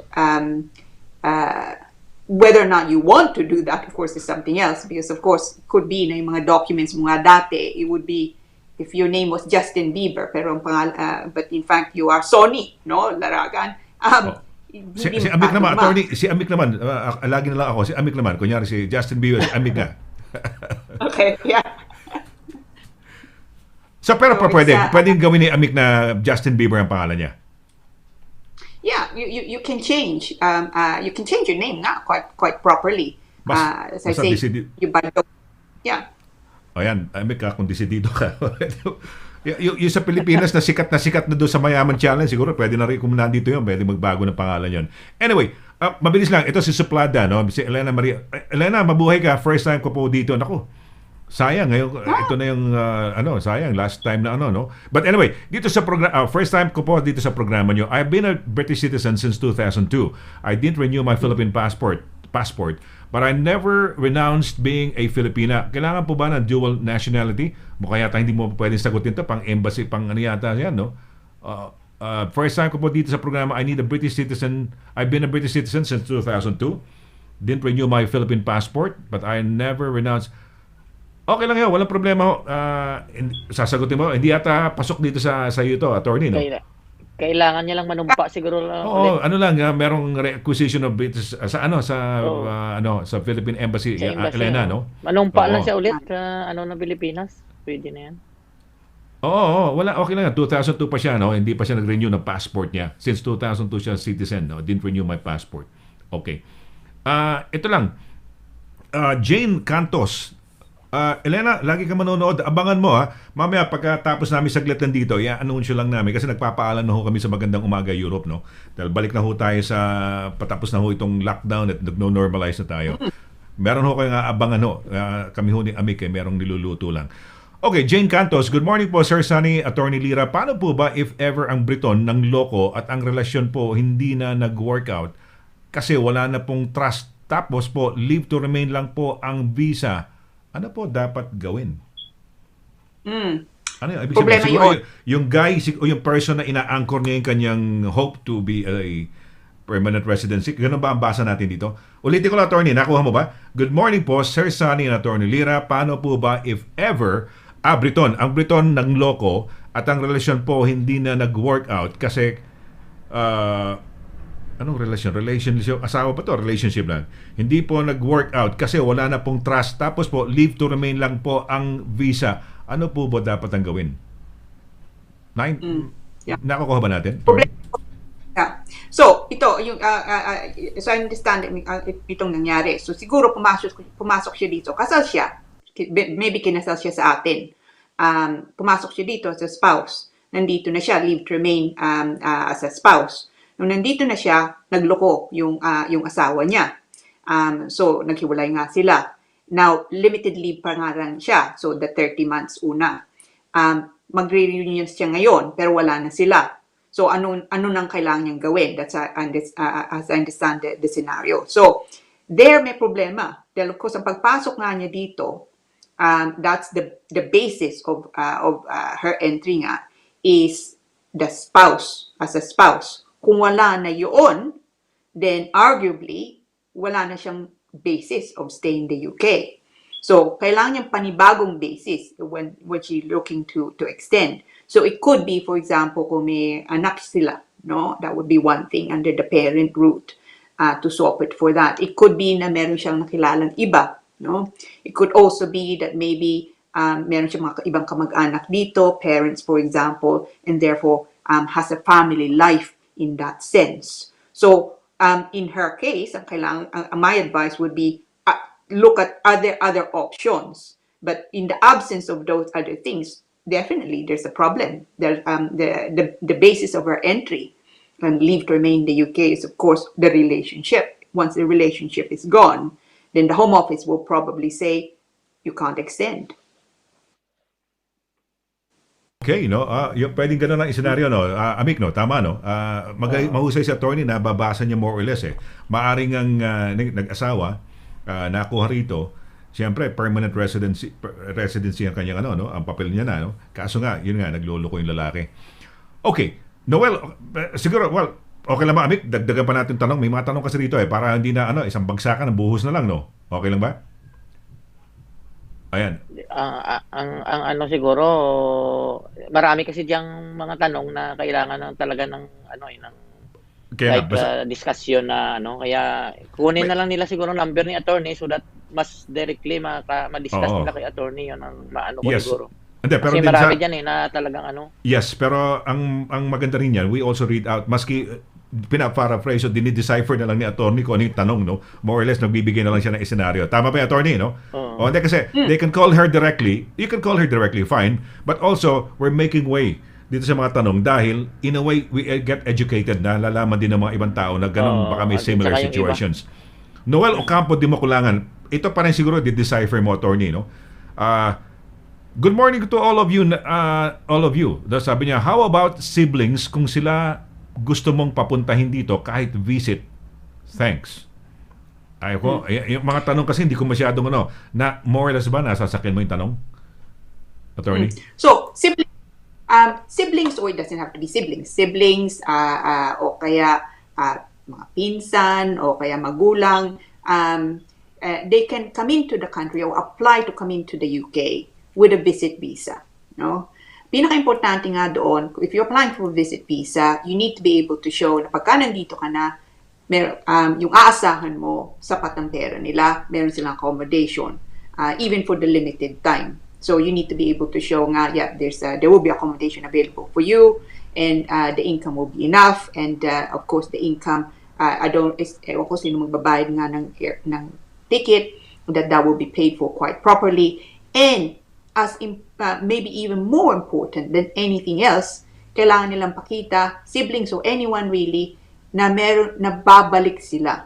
That the circumstances are such na babalik sila sa atin. No? Na meron silang babalikan, for example. So kung nag-aaral sa atin, na yung course that will continue, so they're just coming really for a holiday, na meron silang trabaho, kung may trabaho nga, o may negosyo, o a family in the way of say mga say parents who are coming in to visit, na meron nga silang babalikan na other family members there, for example, although it's less controversial kung ang applicant mas may edad na, So the home office will always be, my experience certainly is, be concerned na babalik nga yung tao. And more often than not, refusals of visitors is because they don't believe that it's a genuine intention to simply visit and then return. So that is something that you always must focus on. So always say, what is it nga? Why are you coming in? Why is that? Why do you say it's a genuine visit visa nga lang? So for example, to attend a wedding or an anniversary, and it is your intention absolutely to go back, no? Because there's no point overstaying nga in the United Kingdom. Ayan, oo. Nagandahan siguro Amik sa Buckingham Palace. So sabi niya, I want to go to Buckingham Palace, extend my stay, be there every day, Okay, attorney, napakaganda. Ano sila palagi, no? Particular sila palagi sa accommodation. So halimbawa, attorney, like, may pera naman ako, pero ang nagkataon lang na in-invite ko, gusto ko papuntahin dito ang kamag-anak ko. Ang bahay ko, 4 bedrooms lang, walang extra room ako para sa bisita ko. Pwede pala, dahil may pera din ako, mayaman ako, pwede ko naman siyang matustusan na i-hotel ko siya. May hotel malapit sa bahay. Pwede ko bang i-justify yun na kukunin ko siya? Pero dito lang siya sa hotel, dito ko siya i-accommodate. Pwede ba yan? Absolutely, pwede yan. Yeah. So, yung nga lang, kailangan niya nga lang sabihin. Pagka napapasok yung application, kailangan niya sabihin, saan ba siya tutuloy sa UK? So, yun, kailangan mo sabihin nga, maybe susulat galing sa'yo, sasabihin mo, 4-bedroom ang bahay ko, but actually, for convenience, I booked my relative, yung kapatid ko, a room at the hotel nearby, and this is the booking. No, so absolutely, hindi niyo kailangang tumira sa bahay mo.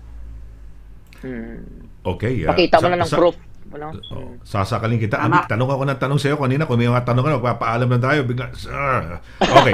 Anyway, okay lang. Ngayon lang pumasok. Dahil sa senaryo lang na yun, doon na pumasok.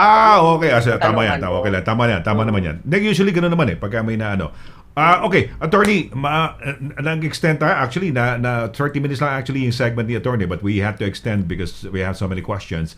At last day na ho natin dito sa ating Magandang Gabi Europe, no? Magandang Umaga Europe, I should say. At yan, napakaganda nung discussion natin at napakaganda ng pagtalakay ni attorney ng mga question at pagsagot sa mga questions ng ating mga kababayan. Attorney, baka meron kayong mga mensahe pa o nais idagdag sa iyong tinalakay ngayon sa ating pagpapaalam at baka nais kayong batiin. Go right ahead, please. Yeah, I'm sorry that this is the last Magandang Umaga Europe. I've thoroughly enjoyed myself and tsaka it's been great nga to talking to you both.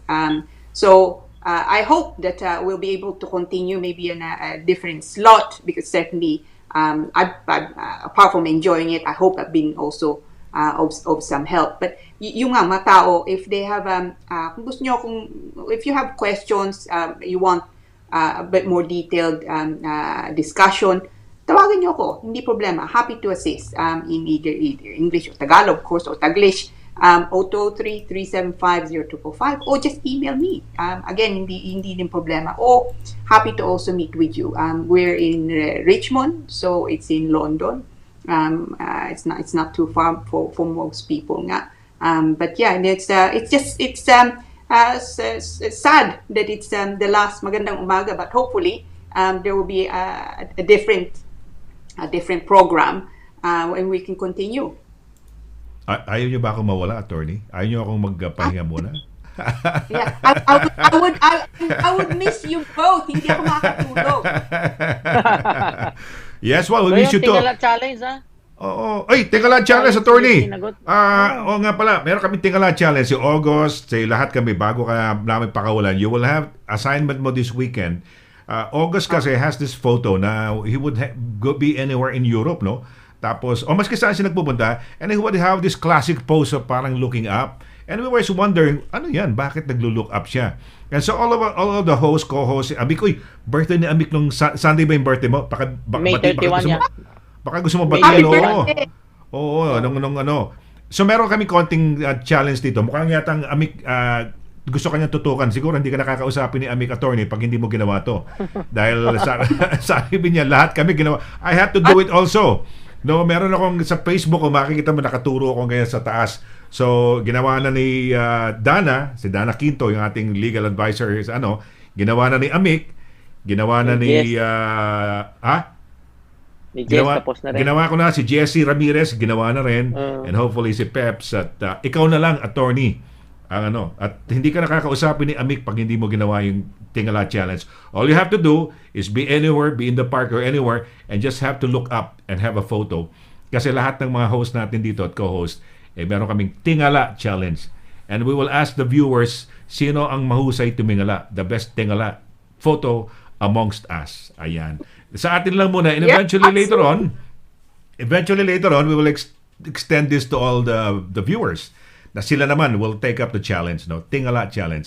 So, ayan, attorney, assignment mo sa weekend, and then send us a photo of you looking up, no? I don't know kung may sample ng mga pictures si Amik dyan, no? Ako, no? But we'll show you. We'll email siguro sa'yo kung maano namin yung mga photos namin. So, you'll have an idea. But in the meantime, this weekend, any photo lang, just looking up. Si August kasi, he would have a photo and he would probably be on one side. Ayan ang style niya, tapos nakatingala siya. Or you can be in the center, no? So, ayan. Attorney, nagpaalam ko na ba? Nagpaalam nga pala si Attorney. Attorney, thank you very much. Mabuhay ka. At siguro pagka kung saan kami mapunta ni Amik, andun ka pa rin kasama namin. Tama ba yung Amik? I hope Tama, so. Attorney. Okay. Sige, mabuhay. You take care. Have a nice weekend. And we enjoyed today's session with you because everybody, pinatakti tayo ng mga questions. We have so many more questions coming in from the other pages. Pero siyempre, let's make way for that in the succeeding abangan nyo muna. Alamin nyo kung anong mangyayari sa Magandang Umaga Europe, no? So, thank you very much, Attorney. Mabuhay. Have a nice weekend. Ayan. You too. See po. Yes. Ayan. Okay. Ayan. Si Attorney ho. Yan, nakasama natin. I'm sure nag-enjoy kayo. Natutunan nyo. Nag-enjoy kayo nanonood dito. At the same time, you get to learn, no? Doon sa ating Immigration Corner segment. Ayan. Uy, thank you daw, Attorney. God bless. Sabi nila May Tigbao, no? Si Seri Opsiona. Ayan. Nagpapasalamat daw. May matutunan daw siya nitong araw na ito. Maraming salamat sa inyo, no? Hindi ko tayo talagang sunod-sunod ang ating mga tanong, no. Salamat Sir Sunny and Attorney Cabatbat, more power, God bless sabi ni Bill, no. And asa si Amik, nasan ka na? At para nagpapaalam tayo. Ayan, napakarami mga questions. Maraming salamat to, no. Kung pera ang dahilan, no, hindi ko naman kayo pautangin. Wala naman akong pera para pautangin kayo para sa inyong passport sa application na to go ahead and continue on into your suggestion nga ni Attorney kanina doon sa nationality naturalization na kunin mo. But kailangan pang renewal pa, no, ng yung biometric na permanent residency stamp siguro or something kung ano yan, no, kung card.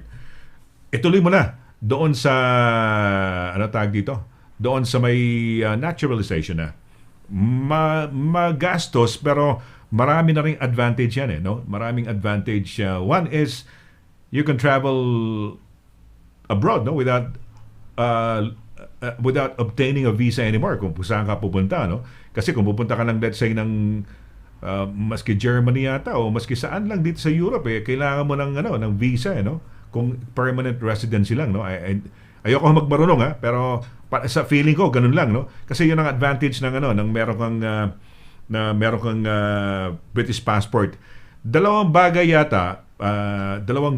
ang hindi mo lang ang mga medyo downside ng wala kang British passport.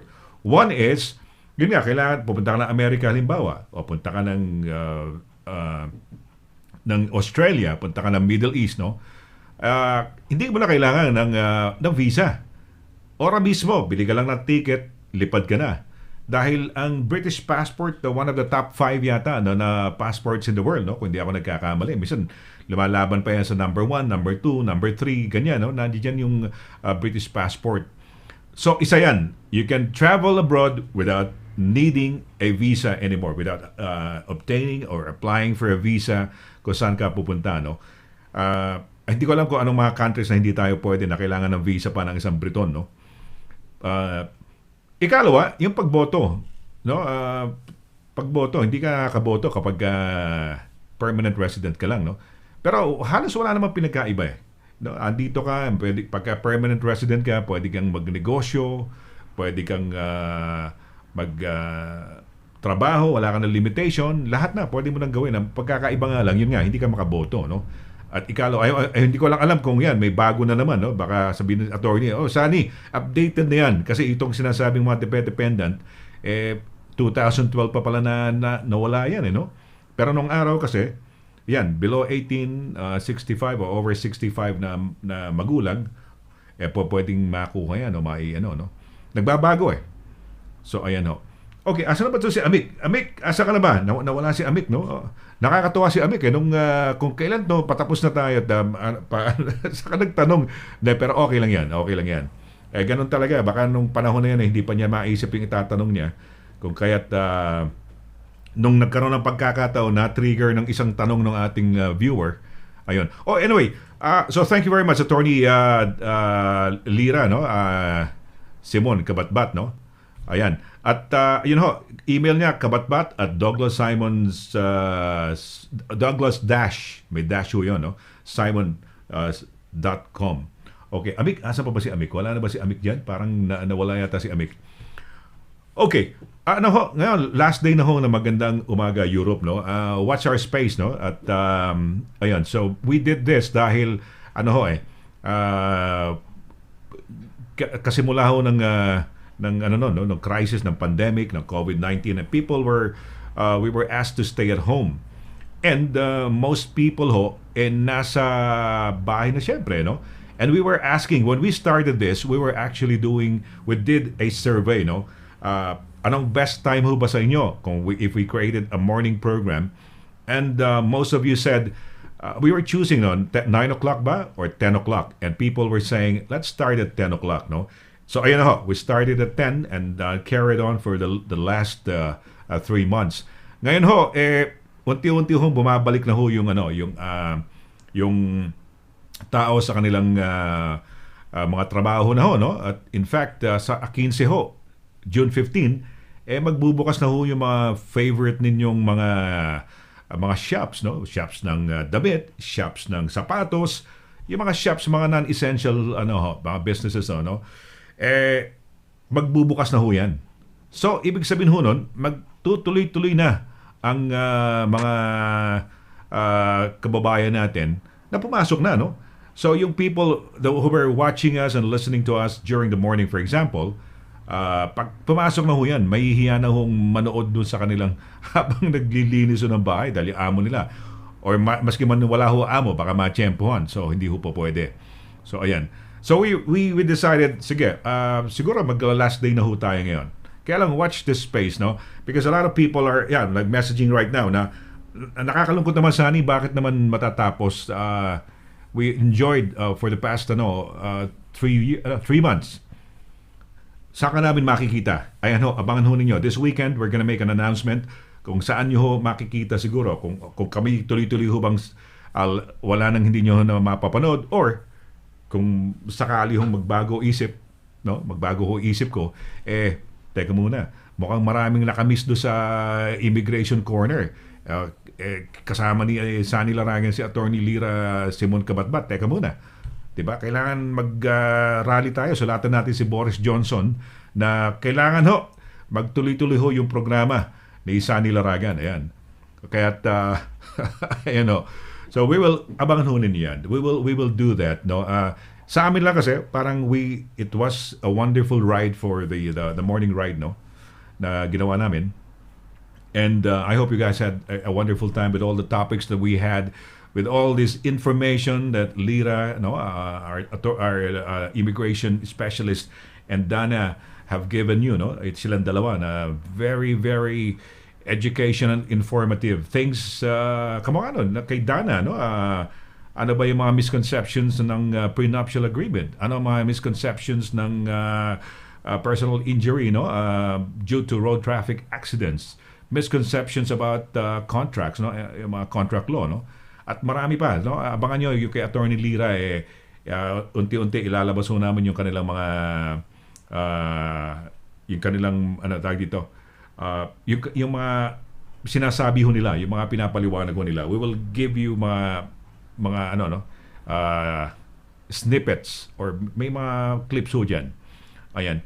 So, Andiyan pa ba, Amik? Asan pa ba si Amik? Naku, gusto ko makita muna sa Amik bago tayo magpaalam. Wala na si Amik. Ano ba nangyari kay Amik? Ayan. Baka nagkaroon ng technical problem na konti.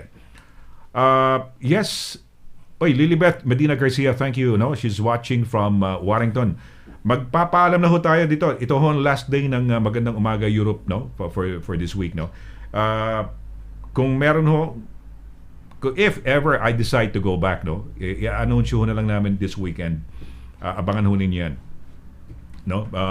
But for now, ito ho ang ating last program na ho rito sa Magandang Umaga Europe, no? Maraming salamat. Thank you very much sa inyo, no? Thank you ho sa aking mga nakasama, si Jesse Ramirez, no? Si August Mateo, of course si Dana Quinto, Attorney Dana Quinto, no? At si Attorney LIRA Simon Cabatbat. It's been a wonderful, maganda yung ating ending. We're ending with a bang, no? Daming tanong kay Attorney LIRA Simon Cabatbat. Talagang sunod-sunod at marami pa ho rito sa ibang natin, no? Nakikita. So, nakakatuwa naman. At nandiyan ho kayo at sumusubaybay. At, well, kami, ang intention lang namin magbigay saya o magbigay na nasamahan namin kayo during the time of itong pandemic crisis, no, na nangyari sa atin. At we hope we did a little thing, no, in our own little way. Kami ho'y nag-contribute doon sa somehow, no, doon sa inyong medyo nabobor na kayo yung mga lockdown blues ninyo. Ayan, kami ho ay naibsan ho namin ng maski paano. Ayan. Amik, kumusta? Kumusta ka? No? Ayan, Okay lang. Ikaw ba'y nalulungkot o masaya ka na, tuwan-tuwa ka na, wala na tayo ngayon sa ere. Last day na natin sa Magandang Umaga Europe. Namimiss ka namin. Hanap ko namin, sabi ko, hindi tayo pwedeng hindi magpaalam ng kasama si Amik Garciniego. Ayan.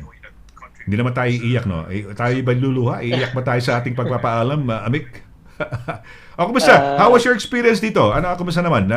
We thought of, di ba nakasama ka, there was a Friday, magkakasama tayo ni Lawrence Alcazar, si, ano pangalan to? Si Remy Barrio-Smith at si Edgar Duay, no?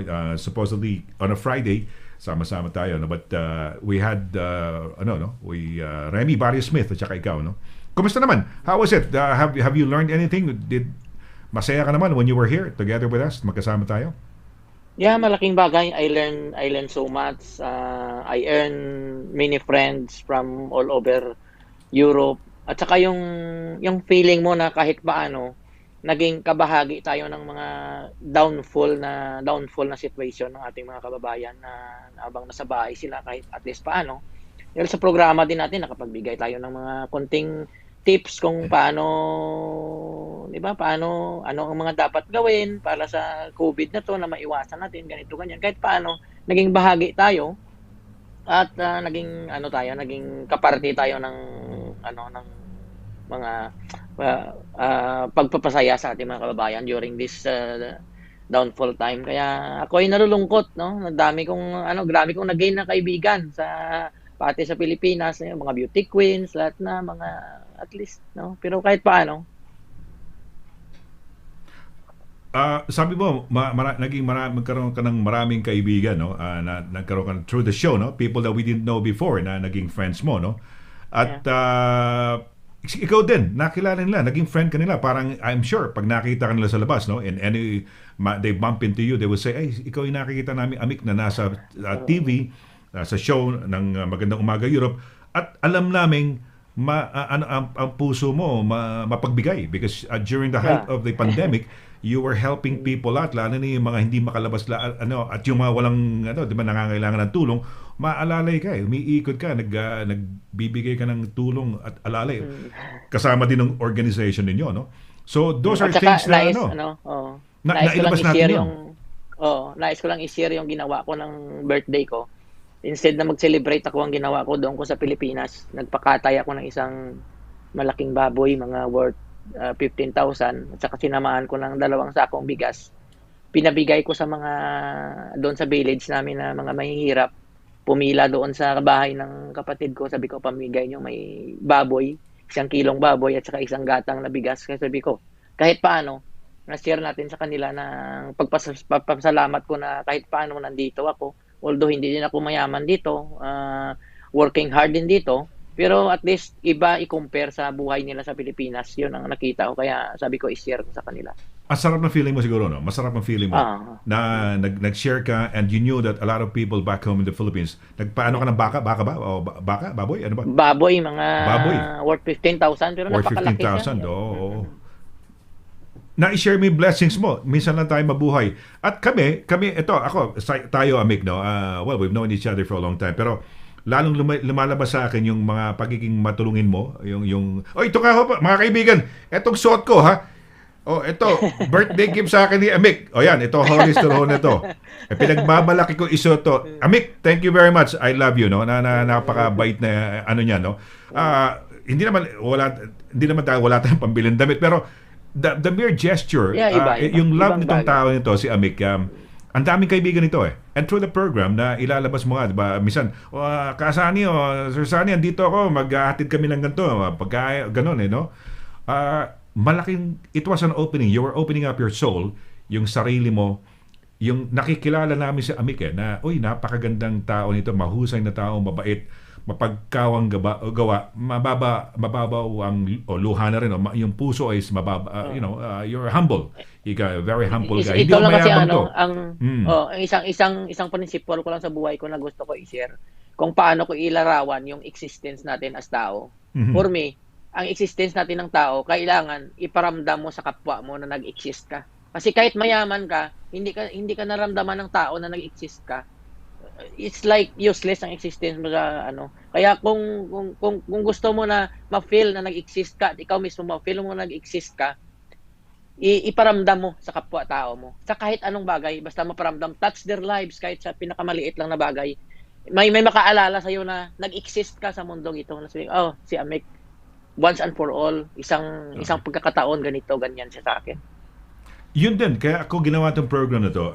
When I was a DJ kasi ako, alam mo naman ako, Amik, yung karanasan ko kasi sa media kasi napaka-extensive na because I started very young, no?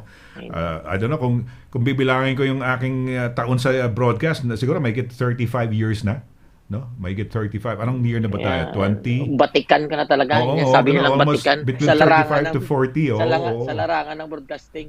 Lahat na, mapa newscasting, mapa DJing, so doon sa Pilipinas, hindi na ganun kadali, no? Pero ang gusto ko lang sabihin, kasi sabi mo, you're touching lives, yung pagtulong mo. Yung voices namin na napapakinggan nyo nung araw kasi radyo lang, ngayon social media na, pero nung araw, mapapakinggan nyo kami sa radyo, yung mga boses lang namin ng ganyan na sinusundan nyo, yung mga voices namin are touching you in a way. We're like touching our listeners by way of our voices, no? So yung gusto ko lang sundan yung sinasabi mo na we're touching, yung touch ka when you spread your love, nagbibigay ka. Etong ginawa natin, Amik, na for the past 3 months was our way of touching our kababayans then, di ba? We're showing this is actually, syempre gigising ka na umaga, mag-show ka every day, and di ba, it's an effort that we have to put up, pero we put the effort, no? Kaya lang syempre ang purpose kasi noon nasa isip mo is, di ba, you wanna do it for our kababayans. Merong pandemic, alangan na maibalita pa natin yung kalungkutan o yung mga namamatay at we mentioned them, naku, ang lungkot naman, may namatay na kababayan tayo, no? Pero we try to be some sort of a pangtanggal ba ng di ba, ng problema, di ba? Sabi nga nila yung mga pinagmamalaki ng mga showbiz people nakakatanggal daw sila ng mga lumbay, lungkot, ganon. Pero syempre panandalian lang yun, babalik uli sa problema, di ba? So parang ganon din tayo. By that 1 hour or 2 hours of show that we have, saglit lang medyo nakalimutan niya yung COVID ng konti, di ba? Kasi if you dwell with it, di ba, nagtatawanan tayo rito. No, hindi naman natin pinagtatawanan yung crisis, pero we just would like to be happy, no? Rather than, sabi nga, di ba, sabi nga nun magkakaroon daw yata ng mental health problems kasi nga, yung mga iba, ina-advise daw, wag nang manood ng TV, wag nang dahil makikita lagi yung COVID, no? Oo. Talagang ka talaga, mapaparanoid ka talaga pag sundan mo na Kaya may isang akong kaibigan na lagi na lang tapos post siya, ganito na naman ang mamatay, ganito ganyan. Araw-araw sinusundan niya. Sabi ko, hindi din siya healthy dahil sabi ko, masisira lang, pagka ganun ang gawin mo. Sabi ni Lily Strema, nako Sir Sunny, mamimiss namin kayo at si attorney. Paano na yan? Paano na yan? Paano na yan? Sa palagi mo, Amik, si attorney Lira Cabatbat, sasama sa atin kung saan tayo mapunta? Palagi ko sasama siya dahil nasa din niya nasa puso din niyang tumulong at alam niya na sa pamaraan ito nakakatulong siya, nakaka-share siya ng ng wisdom niya para makatulong sa kababayan natin. Palagay ko ay So nagigindaan din tayo by having the programs na we were having the likes of Attorney Lira and Attorney Dana giving information, di ba? Oo. Malaking bagay. Malaking bagay yan. Pero hindi mo na siya kakausapin kung sakaling hindi siya sa challenge mo, 'di ba? Yung kailangan. Hindi mo nakakausapin, no? Hindi Hindi ko rin kakausapin sa attorney pag so, kailangan kailangan sabi. So sino na gumawa? Si Dana Quinto ginawa na niya. Sino ba gumawa na? Sino? Si Bro Jess. Sino gumawa? Jesse Ramirez. Si Jesse gumawa na. Tapos sino gumawa pa? Si Dana. Ikaw. Ako, ginawa ko na. Dana, ikaw ginawa mo na. Of course si Sharon pala wala pa. Sino? Si Sharon wala pa. Ay, i-request natin si Sharon. Pati si Norman. Norman, ikaw, kung nanonood ka ha, may challenge kami sa'yo. Ako.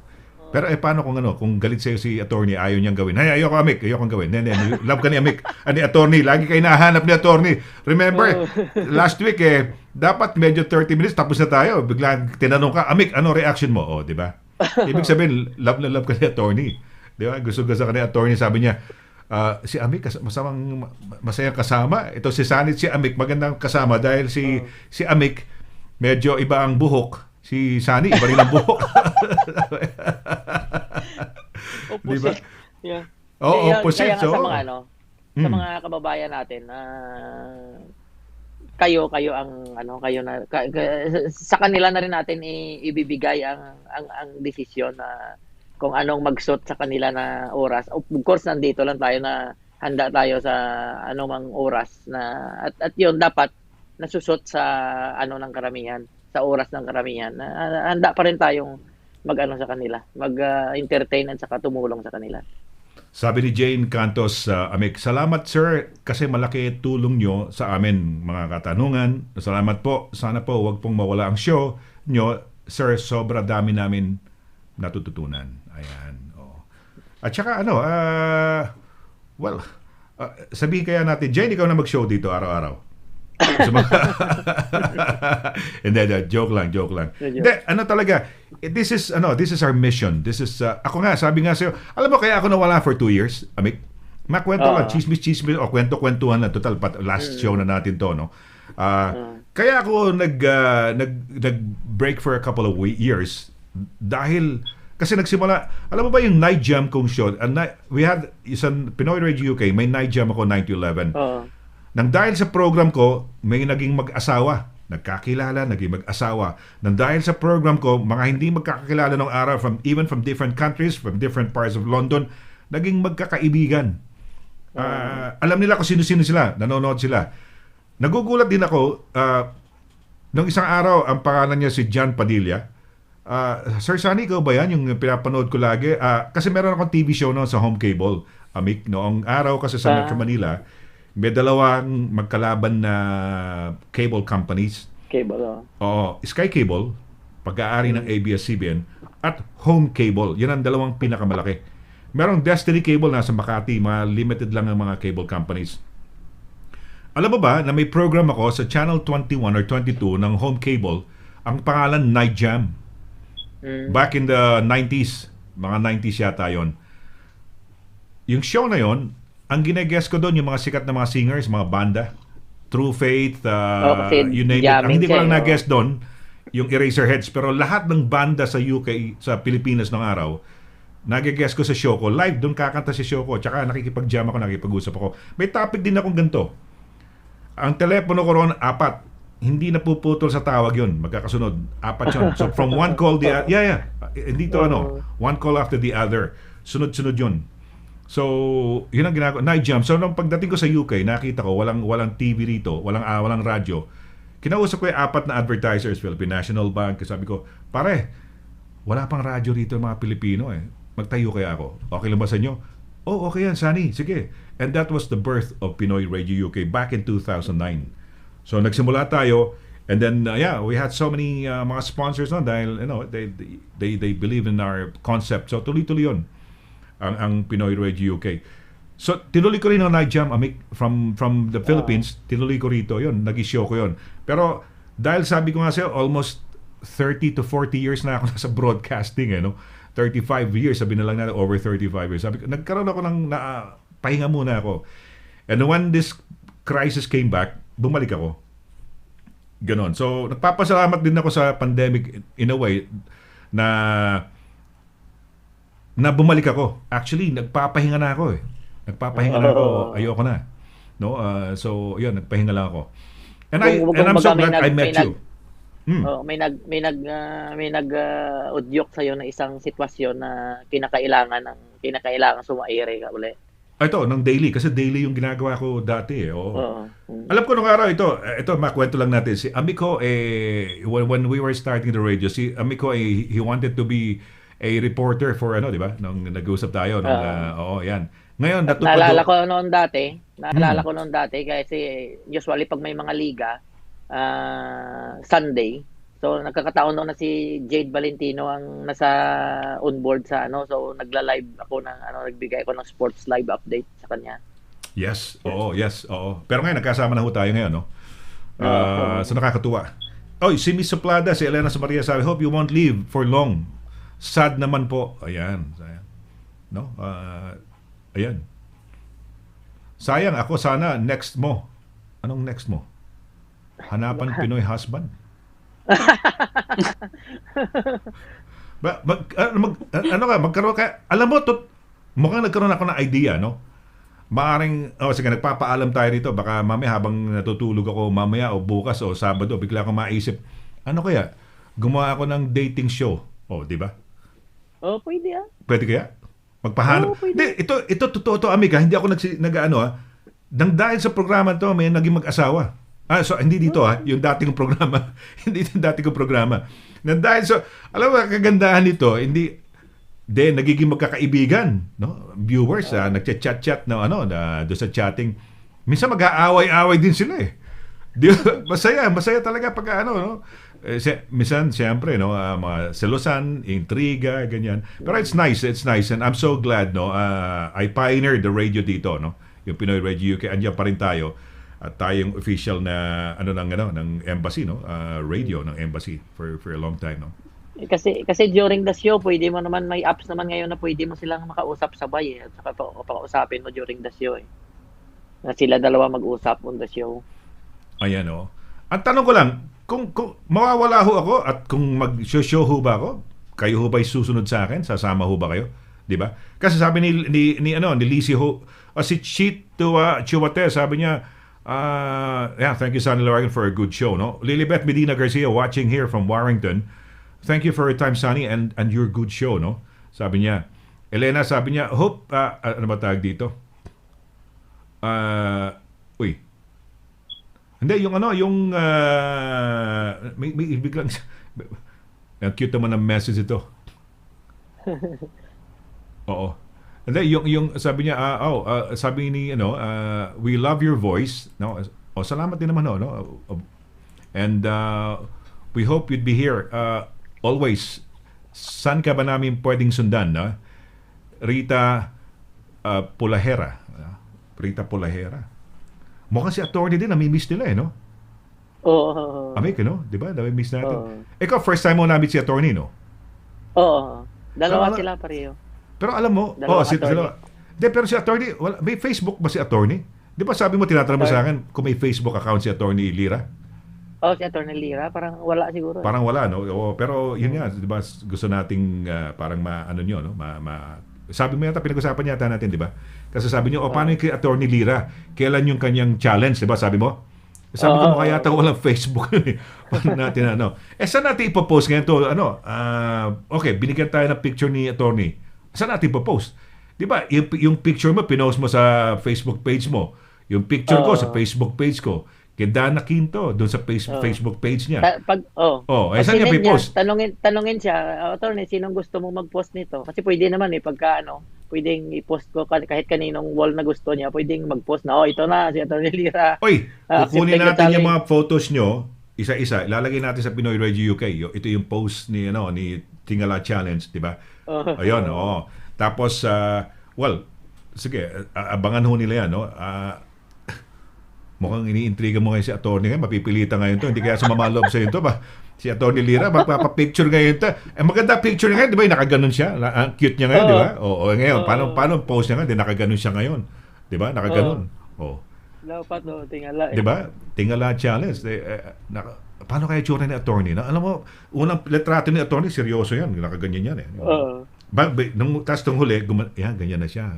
Very cute na, di ba? Ngayon, maintriga ka ngayon. Amik, ano na itsura ni attorney?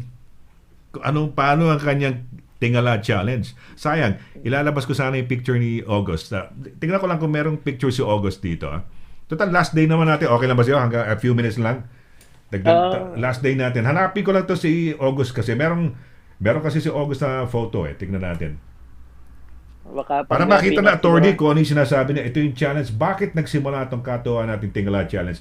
Medyo nagtagal to kasi ang gusto ni Darwin sana may contest daw.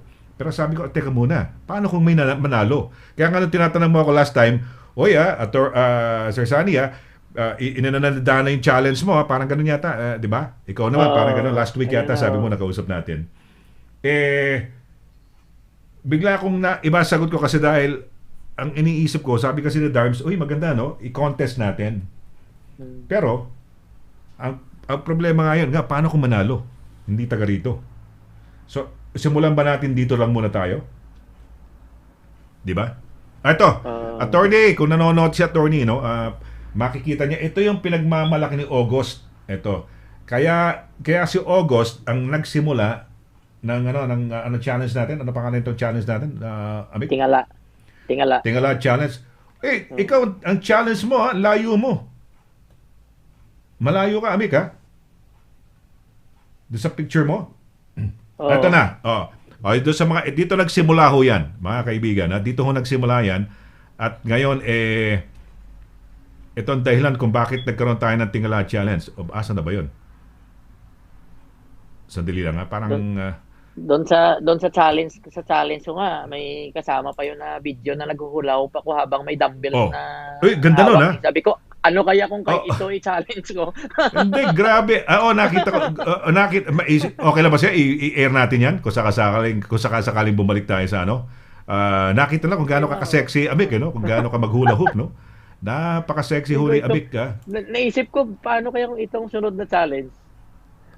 Hindi, oo nga, nakita ko yun. Naghuhula hoop habang may dumbbells. Oo nga, napaka-healthy mo, Amik, napaka-healthy mo, nakita ko, no, na naghula hoop ka, naka-tights ka pa, di ba? Tight fitting pa yung suit mo ng araw na yun, eh. Sandali lang ho, total, pasensya na ho kayo, total, last day na ho naman natin, medyo nag-extend ho tayo. Pati nga yung kay attorney, daming mga tanong kay attorney, di ba? Pero habang ginagawa ko yun, naisip ko, sabi ko, bakit ko ba ginawa ito? Hindi ko lang pwede matigilan dahil naka-video eh. Kaya talagang tiniis ko, sabi ko, hirap pa. Bakit ko ba ginawa ito? Hindi, pero maganda. It's so inspiring, nakita sa'yo na gano'n, I was so inspired looking at you dahil nakakaano ka pala, nakaka-hula hoop ka. Ako, hindi ko magawa yung hula hoop na yan eh. Na kaya mong gawin. Ito na. Abangan na ni attorney. Mukhang nakita ko na eh. Ito. Hindi mo kakausapin si attorney pag hindi niya ginawa itong challenge sa Amik. No? Magtatampo ka sa kanya. Love mo pa naman siya dahil alam kong number one na friend ka at fan ni attorney. No? Attorney, ito na. Ito nagsimula. Itong napaka... Yun ang pasimuno. Ayan. Hindi, kasi napansin ko. Ito. Ayan si August Mateo.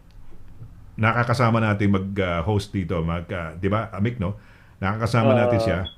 Ayan ho, ang kanyang photo. So magmula ho dyan, bakit tinitingala niya? Sino tinitingnan yan? Kaya naisip po namin, si Darmin's actually nakaisip niya. Darmin's na magtingala challenge, no? Hindi yung yung picture mo, may naalala ko doon nung mga barkada ko nung college kami.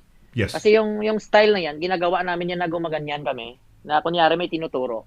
Pag Oh. pag may pinag-uusapan kami, halimbawa mga 5 kami na grupo, tapos ako may nakita na na isang babaeng sexy na parang may napansin ka sa sa katawan ng isang 'yon, sabi. Ang ginagawa namin, instead na titigan namin para hindi halata, tuturo ko, pare, tingnan mo yung yung hinaharap ng babae, grabe oh. Yan, Pero nakatingin ka tingnan sa mo. gilid, Tapos, yung mata mo. tapos Oo, nakatingin ka sa gilid na gano'n yung mata mo. Oo. sa ibabaw din, pero sinasabi ko kung saang direksyon. Pare, tingnan mo. Nasa 9 o'clock. Yung direction ba? Kung saan Oo, kami, oo. 9 o'clock, parang military yan. Oo. Pare, tingnan mo, 9 o'clock ang babae, ang Oo. harap, grabe oh. Pero doon kami lahat nakatingin. Then after Oo. that, balik na sa normal, pagbaba namin ng kamay namin, isa-isa na yan, pasimple na yung titingin doon. Titingin doon. Kaya hindi halata na yun. Ayan, oo. Oy, okay. May Ano naalala pala? ko yun sa post mo. Oo. Galing. Parang ginawa din namin yan. Parang pareho pala, lalaki pala, maski normal, may iisip pala yan, no? Para Oo.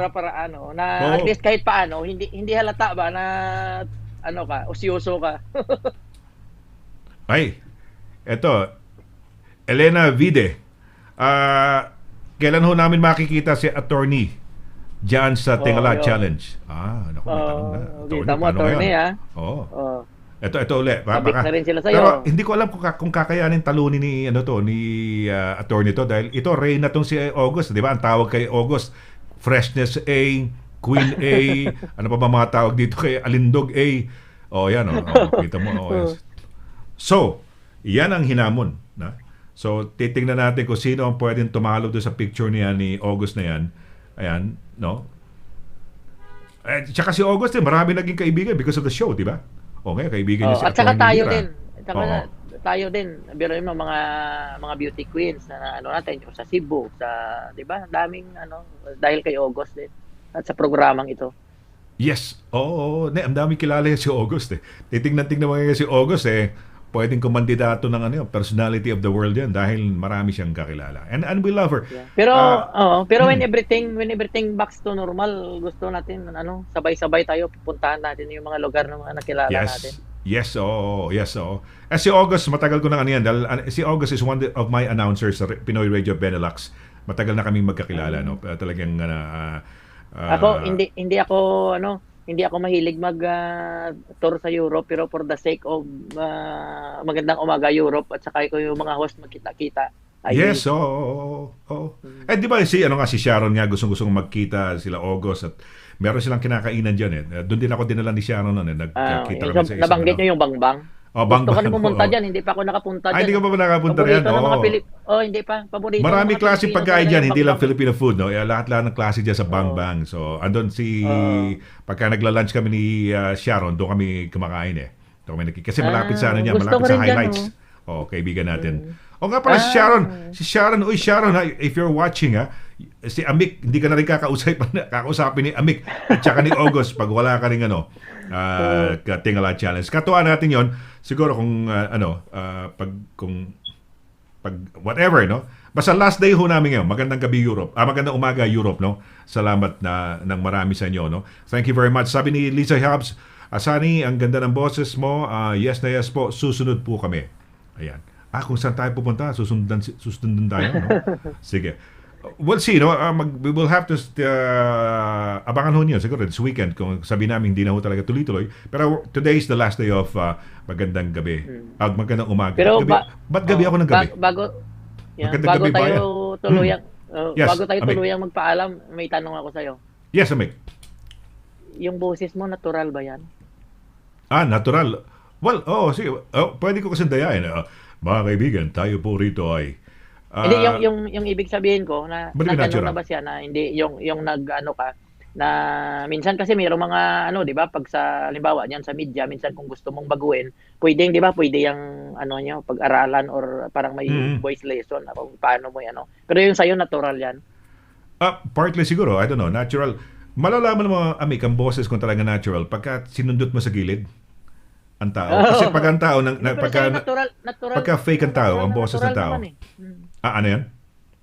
natural na natural yung sa'yo eh. Para bang yung pag nagsalita ka, parang sa speaker na lumalabas. Halimbawa, kahit yung nagkaharap tayo, na nag-meet tayo, Oo. pag nagsasalita ka sa akin, parang sa speaker lumalabas eh. Hindi sa yung oo. direct sa ano mo. Hindi, kasi nung araw kasi... Gifted ka lang, ikaw, no? Gifted ka siguro talaga. I don't know, Boses siguro. mo yan. Kasi, di ba, on air halimbawa, bakit ba sinasabing lang medyo maganda o maayos ang boses ng mga broadcasters? Kasi, nung araw kasi nagsimula AM eh. Hindi maganda ang signal ng AM. Bago na lang FM eh. So, kung hindi ganun kaganda ang signal ng AM, basta sa AM, pagka hindi talaga maganda yung ang boses mo, tapos pangit ang boses mo, tapos nag-AM pa, unpleasant. Ikaw, ayaw mo makinig sa radyo ng pangit ang boses, di ba? Kailangan very smooth, soothing, di ba? Parang inaano ka. Kaya ganun, naging you have to have, nung araw, at least mga superior voices. Kaya kailangan yun. Yun ang number one requirement nung araw. Nung araw yun. Nowadays sa social media, maski boses pala ka, okay na eh. Di ba? Pero yun, yes, parang ganun. It's like natural lang siya na kahit wala ka nang gagawin na para gumano ng boses mo. Ganun lang talagang lumalabas. Ang ganda. Pwedeng actually yung nung isang araw nanonood ako kay Ray Langit na para akong nasyak ako eh. Nasyak ako kasi si Ray Langit kasi malaki na ang boses. Pinalalaki pa. Pare Kaloy, pinalalaki masyado. Sa akin gusto ko yung natural lang nagkukwento. Ayoko nang kumusta ka Mick dyan? Kumusta ka niya pare? Ganun eh, parang fake eh. Mas maganda yung natural lang na nagsasalita ka lang. Napakaganda nga. Kaya nga diba kahit nabanggit ko sa'yo. Oy, Mick, I love you. Ikaw, ako inaano mo. Para ako on the spot mo. May mga matanong. Baka gusto mo tanongin ako. Sige, last three questions bago tayo. Sige. Baka gusto kong, parang gusto mo magtanong sa akin o ano? Boses? Ang boses siguro, I don't know. I've been having this voice for ever since. Parang ganun. Pwedeng ma-enhance. Pwede pa rin. Kamukha ng mga Olympians, meron silang natural, pero kailangan din i-enhance by way of training and practice. Ganun, kailangan din. Pero wala naman ako exercises lang. Pero yun ang wala. Yun ang kulang sa akin eh. Mahilig ako sa mikropono pero ang boses ko Hindi, pwede, pero kung gusto mong ma-develop ang voice mo, I can teach you. Alam mo, nagturo ako nagturo ako ng public speech development through broadcast training, radio, nagturo ako sa embassy noon eh. Kaso lang iniisip ko, pagka pareho tayo ng boses, paano ako kumanta na love me with all of your hearts, that's all I want now. Siguro ang hirap ako. Ikaw ko, hindi mo siguro makanta yan, no? Hindi ko kaya. Okay. Okay na, maganda yung boses mo na. Abik, sige, ito, Abik, okay lang ba? Ako naman mag-request. Pwede kantahin mo na mahaba-haba yan? Okay lang ba? Hindi lang isang line. Parang na-entertain ka ba na, no? Okay lang ba? Game ka ba? Sino kumanta niya? Anong kanta yan? Love me. Hindi ko masyadong memorize eh. Love me. Ang taas ng boses mo. Love me with all. Ang taas eh. That's all I want now. Love me with all of your heart. That's all I need. You can just promise me this for a moment, for an hour. Help me always. Yeah. Kasi naalala ko yan kasi kahapon pala mga singers ng mga bata eh. Ang galing naman, Tito Sunny. Ang taas ng boses mo. Pag ako kumanta yan, kahapon ang galing ng mga bata eh. Oo, ang taas ng boses mo. Oo, ang taas ng boses mo.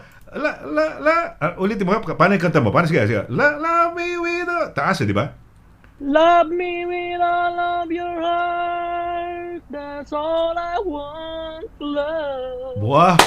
Galing kami gamit. Bakit ba nung kailan tayo nagpaalam sa mo nilabas yung talent na yan? Diyos ko. Okay pala, no? Pwede ka ng mga Eddie Peregrina na kaya yung mga, ganun kasi, di ba, mataas ang voice. Pero ang taas ng boses mo, Abik ah. Love, ganun sa akin eh. Kung kakanta ka, love me with all of your heart. Kasi nababala. That's all I want, love me with all of your heart. That's all I want. Just Only you. Wow. Sige, tuloy mo din, Mike. make Sige, last day na naman tayo. Sige, okay lang. Tuloy mo lang. Sige, last day natin ngayon. Sige, tuloy mo. and make the darkness bright. Only you and you alone can tell me like you do, and tell my life with love for only you. Only you. Ang galing naman, Tito Sunny. Amik, revelation ka. That was a ang taas na. Pag- Hindi ka sintonado, hindi ka na pa-flat, hindi ka na si sharp. Tama ang tono mo. You're singing in tune, in tone, at saka in tune. Pero ano loloko ka ni Peps. Peps, hindi. Magagalit tayo kay Peps, ha? Kaaway natin si Peps. Sabi niya, more practice. Hindi. Ako, coming from a singer, hindi man ako singer. I was just singing kasi when I was in, nung araw, when I was sa college ko, nagpo-focus, ako, singing. Pero tama naman, hindi naman, maganda. Ano pa ba mga songs mo? Sige. Love me. So, tama yung Only nagbalik tayo sa You. normal. Taas ng boses mo. Only you. Pag nagbalik tayo sa can normal, make mag-karaoke tayo dyan sa London. the bright. Only you. Ang taas ng boses mo. Only you. Nasa taas ka, can make the darkness bright. Sige, ano tono mo? Ulitin mo nga. Sige, kantay mo uli yun. Sige. So, kumanta ka na nung, love me with all of your heart. Love me with all of your heart. Tapos only you. Ano pa kanta mo? Sige, Amik, sige. Mukhang nag-enjoy naman yung ating mga viewers and listeners. Sige. Ano next song mo? Sige. Hindi ko Ano pa ba? Pag nagkakaraoke ka, ano naman ba ang Ayan. yung mga paborito kong kanta. Ang Sige. isa pa, Wind of Change. Sige, Wind of Change. Pakinggan natin. Sige. Kasi ang gusto ko dyan, yung whistling niya eh. Sige. Tingnan na. Papakilala kita. Ladies and gentlemen, third song on the program from Amik Garceniego. Due to insistent public demand for him to sing more. Ito na.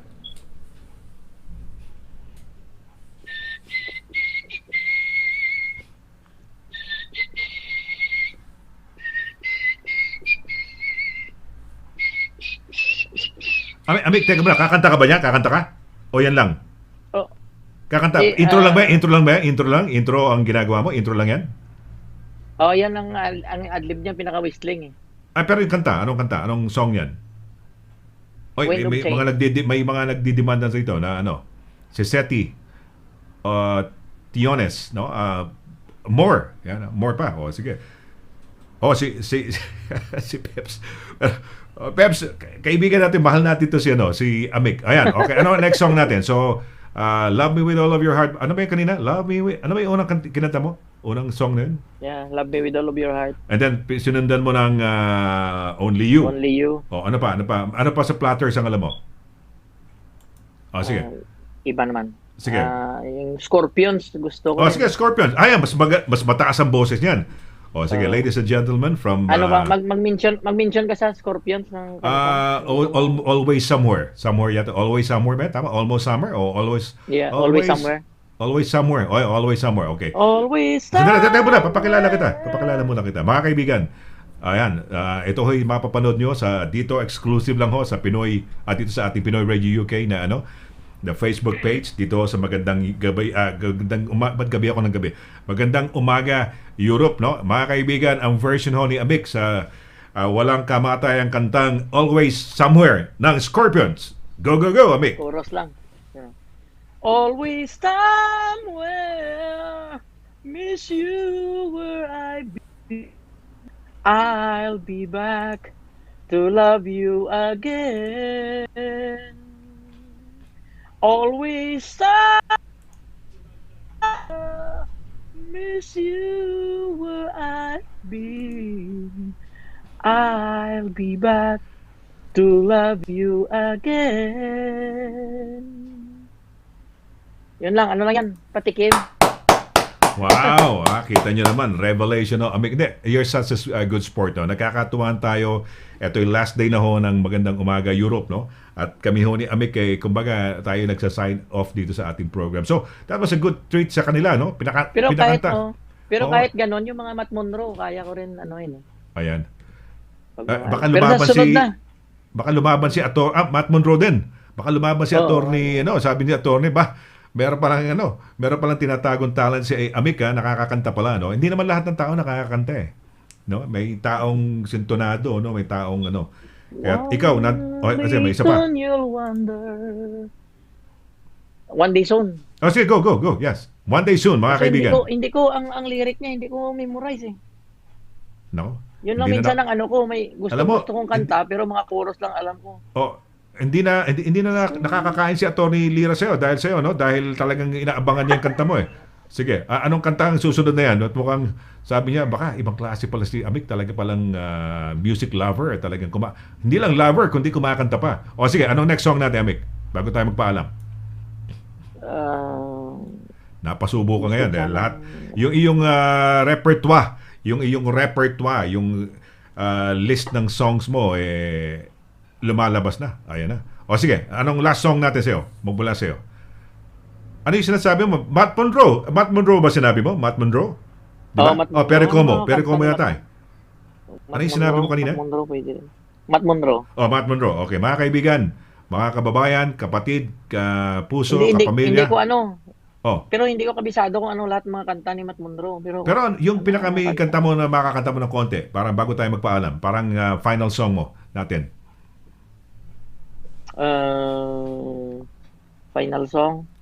Maraming nanonood nga. Pinagkalat na ni Peps Villanueva na andito na si Amik at kumakanta ba? May hindi nila akalaing revelation yan. Sabi ni Virginia Elona, bravo, the show must go on. Thanks, Magandang Umaga Europe with Sunny Laragan. Edwin Cando, sabi niya, nakakalungkot naman, last day nyo, ganyan, no? Ayan, so... Yan, Sunny Laragan, no? So, okay. Yes, kakanta ka na. Bago tayo magpaalam. Sige, anong kanta yan? Matt Monroe. Matt Monroe. Amik version, Born Free. Okay. Friends, ito ho, on the show, Matt Monroe, Born Free. Amik with his version of Matt Monroe's Born Free. Born free as the wind blows, as free as the grass grows, born free to follow your heart. Live free and beauty surrounds you. The world still astounds you. It's time you look at the stars. Stay free where no walls divide you. You're free as the roaring tide, so there's no need to hide. Okay, mga kaibigan, born free, mga kapatid, born free. Ingat tayo palagi. Wow. Galing, Stay alert. Control the virus. Save lives. Ayan. Amik, you've been a wonderful co-anchor team member dito sa ating program, no. Maraming salamat sa iyo. Pinasaya mo kami, no. At you were such a game person, no. Nakakatuwa naman. Yan, kumakanta ka, born free, lahat yan, no. So thank you very much. Pero no, kung kailan tayo nagpaalam, saka natin nalaman na pwede pala tayong magkantahan, no.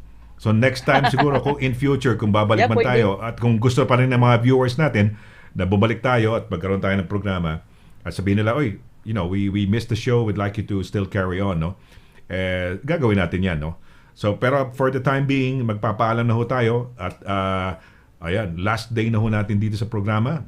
No? Nagpapasalamat si Michael de la Cruz sa iyong pagkanta, no? At dito sa ating programa. So, Amik, messages, baka may babatiin ka pa, mga gusto pang sabihin, sige, maski habaan mo na dahil last day na natin, kung ano man gusto mong sabihin, go ahead. Go right ahead. Okay. Sa mga kababayan natin, yun ang sinasabi ko na sa kahit anong meron tayo, lalo na sa ganitong panahon o kahit hindi sa ganitong panahon, sa araw-araw na ginawa ng Diyos, kung ano ang meron tayo, kung ano ang bagay na maaari nating maiparamdam sa ating kapwa-tao na tayo ay nandito, gawin natin, iparamdam natin at huwag kalimutan, magdasal tayo sa araw-araw na lahat, ipagpaubayan natin sa Diyos ang sitwasyon sa ating mundo ngayon, hindi lamang ang pandemya na to, kundi pati yung chaos sa Amerika, ipagdasal natin na sana'y ito lahat matapos na at makabalik na tayo sa ating normal na pamumuhay. Dasal tayo palagi, at dito sa UK, of course, huwag tayong kumpiyansa. Ang sabi nga, niluwagan lang tayo, pero ang virus naroon pa rin sa paligid natin. Nasa sa atin na. Hindi na kailangan na maghintay tayo na sabihin natin anong guidelines ng gobyerno sa ganito, ganyan. Nasa sa atin kung paano natin ingatan ang ating sarili at paano natin ingatan at pangangalagaan rin ang kalusugan ng ibang tao, lalo na sa pamilya natin. So, stay safe, control the virus, save lives. Maraming salamat sa inyong pagtangkilik sa programang ito at hindi pa ito ang katapusan. Magkikita-kita pa tayo uli sa hindi lang natin alam kung kailan at kung ano ang oras. Maraming salamat. Sinabi mo, Amik. Oy, thank you very much, Amik. Maraming salamat. Napakaraming salamat sa iyo, no. Yung huling sinabi mo, no, baka may pagkakataon pa magkasama-sama tayo. Hindi naman natin sinasarado yung pintuan. Pero for now, tayo po yung magpapaalam dito, no. Ako'y nagpapasalamat, no, doon sa mga nakasama ko for the past 3 months, and we had about 75 episodes, no, of this program, no. So maraming salamat sa ating mga sponsors. So syempre nais nating pasalamatan, no. Andiyan of course ang Forex Cargo, no.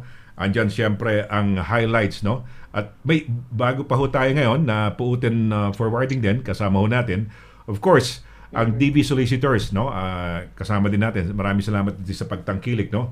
Of course, no, yung Douglas Simon Solicitors at ang Manning Impex. Thank you very much for being a part of this show. At itong aming unang season ay nagtatapos na, kami nagpapaalam na ho.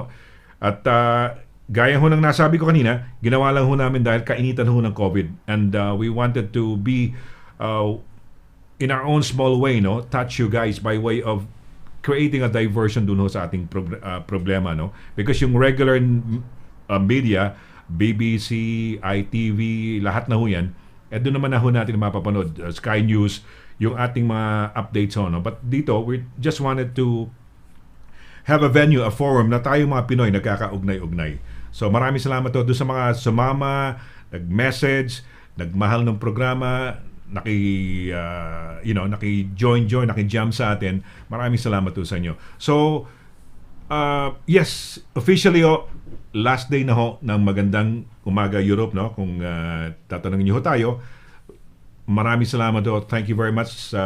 Ako'y nagpapasalamat ho sa lahat, no? So, sa ngalan ho ni Attorney Lira Simon Cabatbat, sa ngalan ho ni Dana Quinto, sa ngalan din ho ni si Peps Villanueva kasama natin, sa ngalan mo Amik, no, si Amik Garciniego, sa ngalan din ho ni August Mateo, at sa ngalan din ni Jesse Ramirez.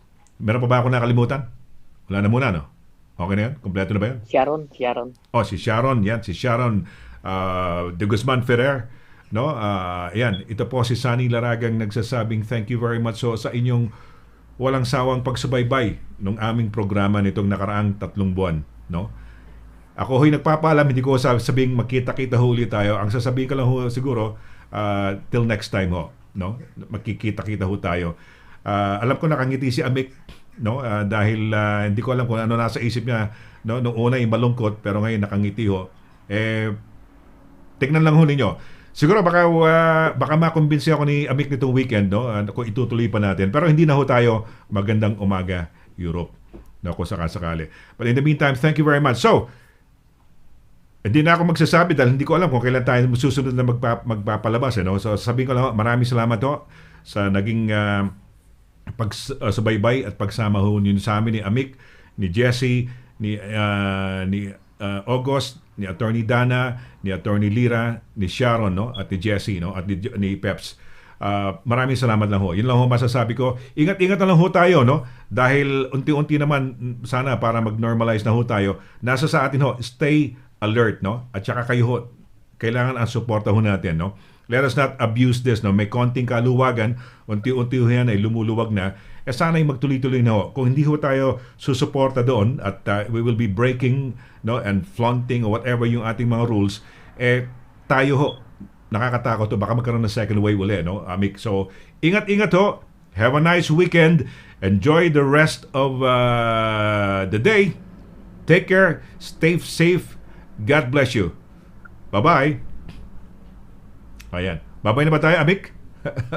Bye-bye. Habang nagbababay tayo, baka may kumanta ka ng isang song na parang ano lang, yung parang extra song natin. Kunyari, anong song pwede mong kantahin habang nagpapaalam? Ano ba magandang pang one line lang. Sige, 1, 2 lines, 3 lines. Sige, anong song natin? Yung mga goodbye songs lang natin bago tayo magpaalam yan. I was dreaming of the past, and my heart was beating fast. I began to lose control. I began to lose control. Didn't mean to hurt you. I'm sorry that I made you cry. Oh well, I didn't want to hurt you. I'm just a jealous guy. Ayan, sa awitin ho na yan, tayo ho'y nagpapaalam. Jealous Guy mula ho kay Amik. Thank you very much. Stay safe. Have a nice weekend. Enjoy the rest of your Friday afternoon. Magandang araw po. Bye-bye. Take care. Bye-bye. Broadcasting live from our studios in London, you're with Europe's coolest and most romantic program host, Sonny Laragan. Dito lang sa Magandang Umaga. Magandang Umaga, Europe.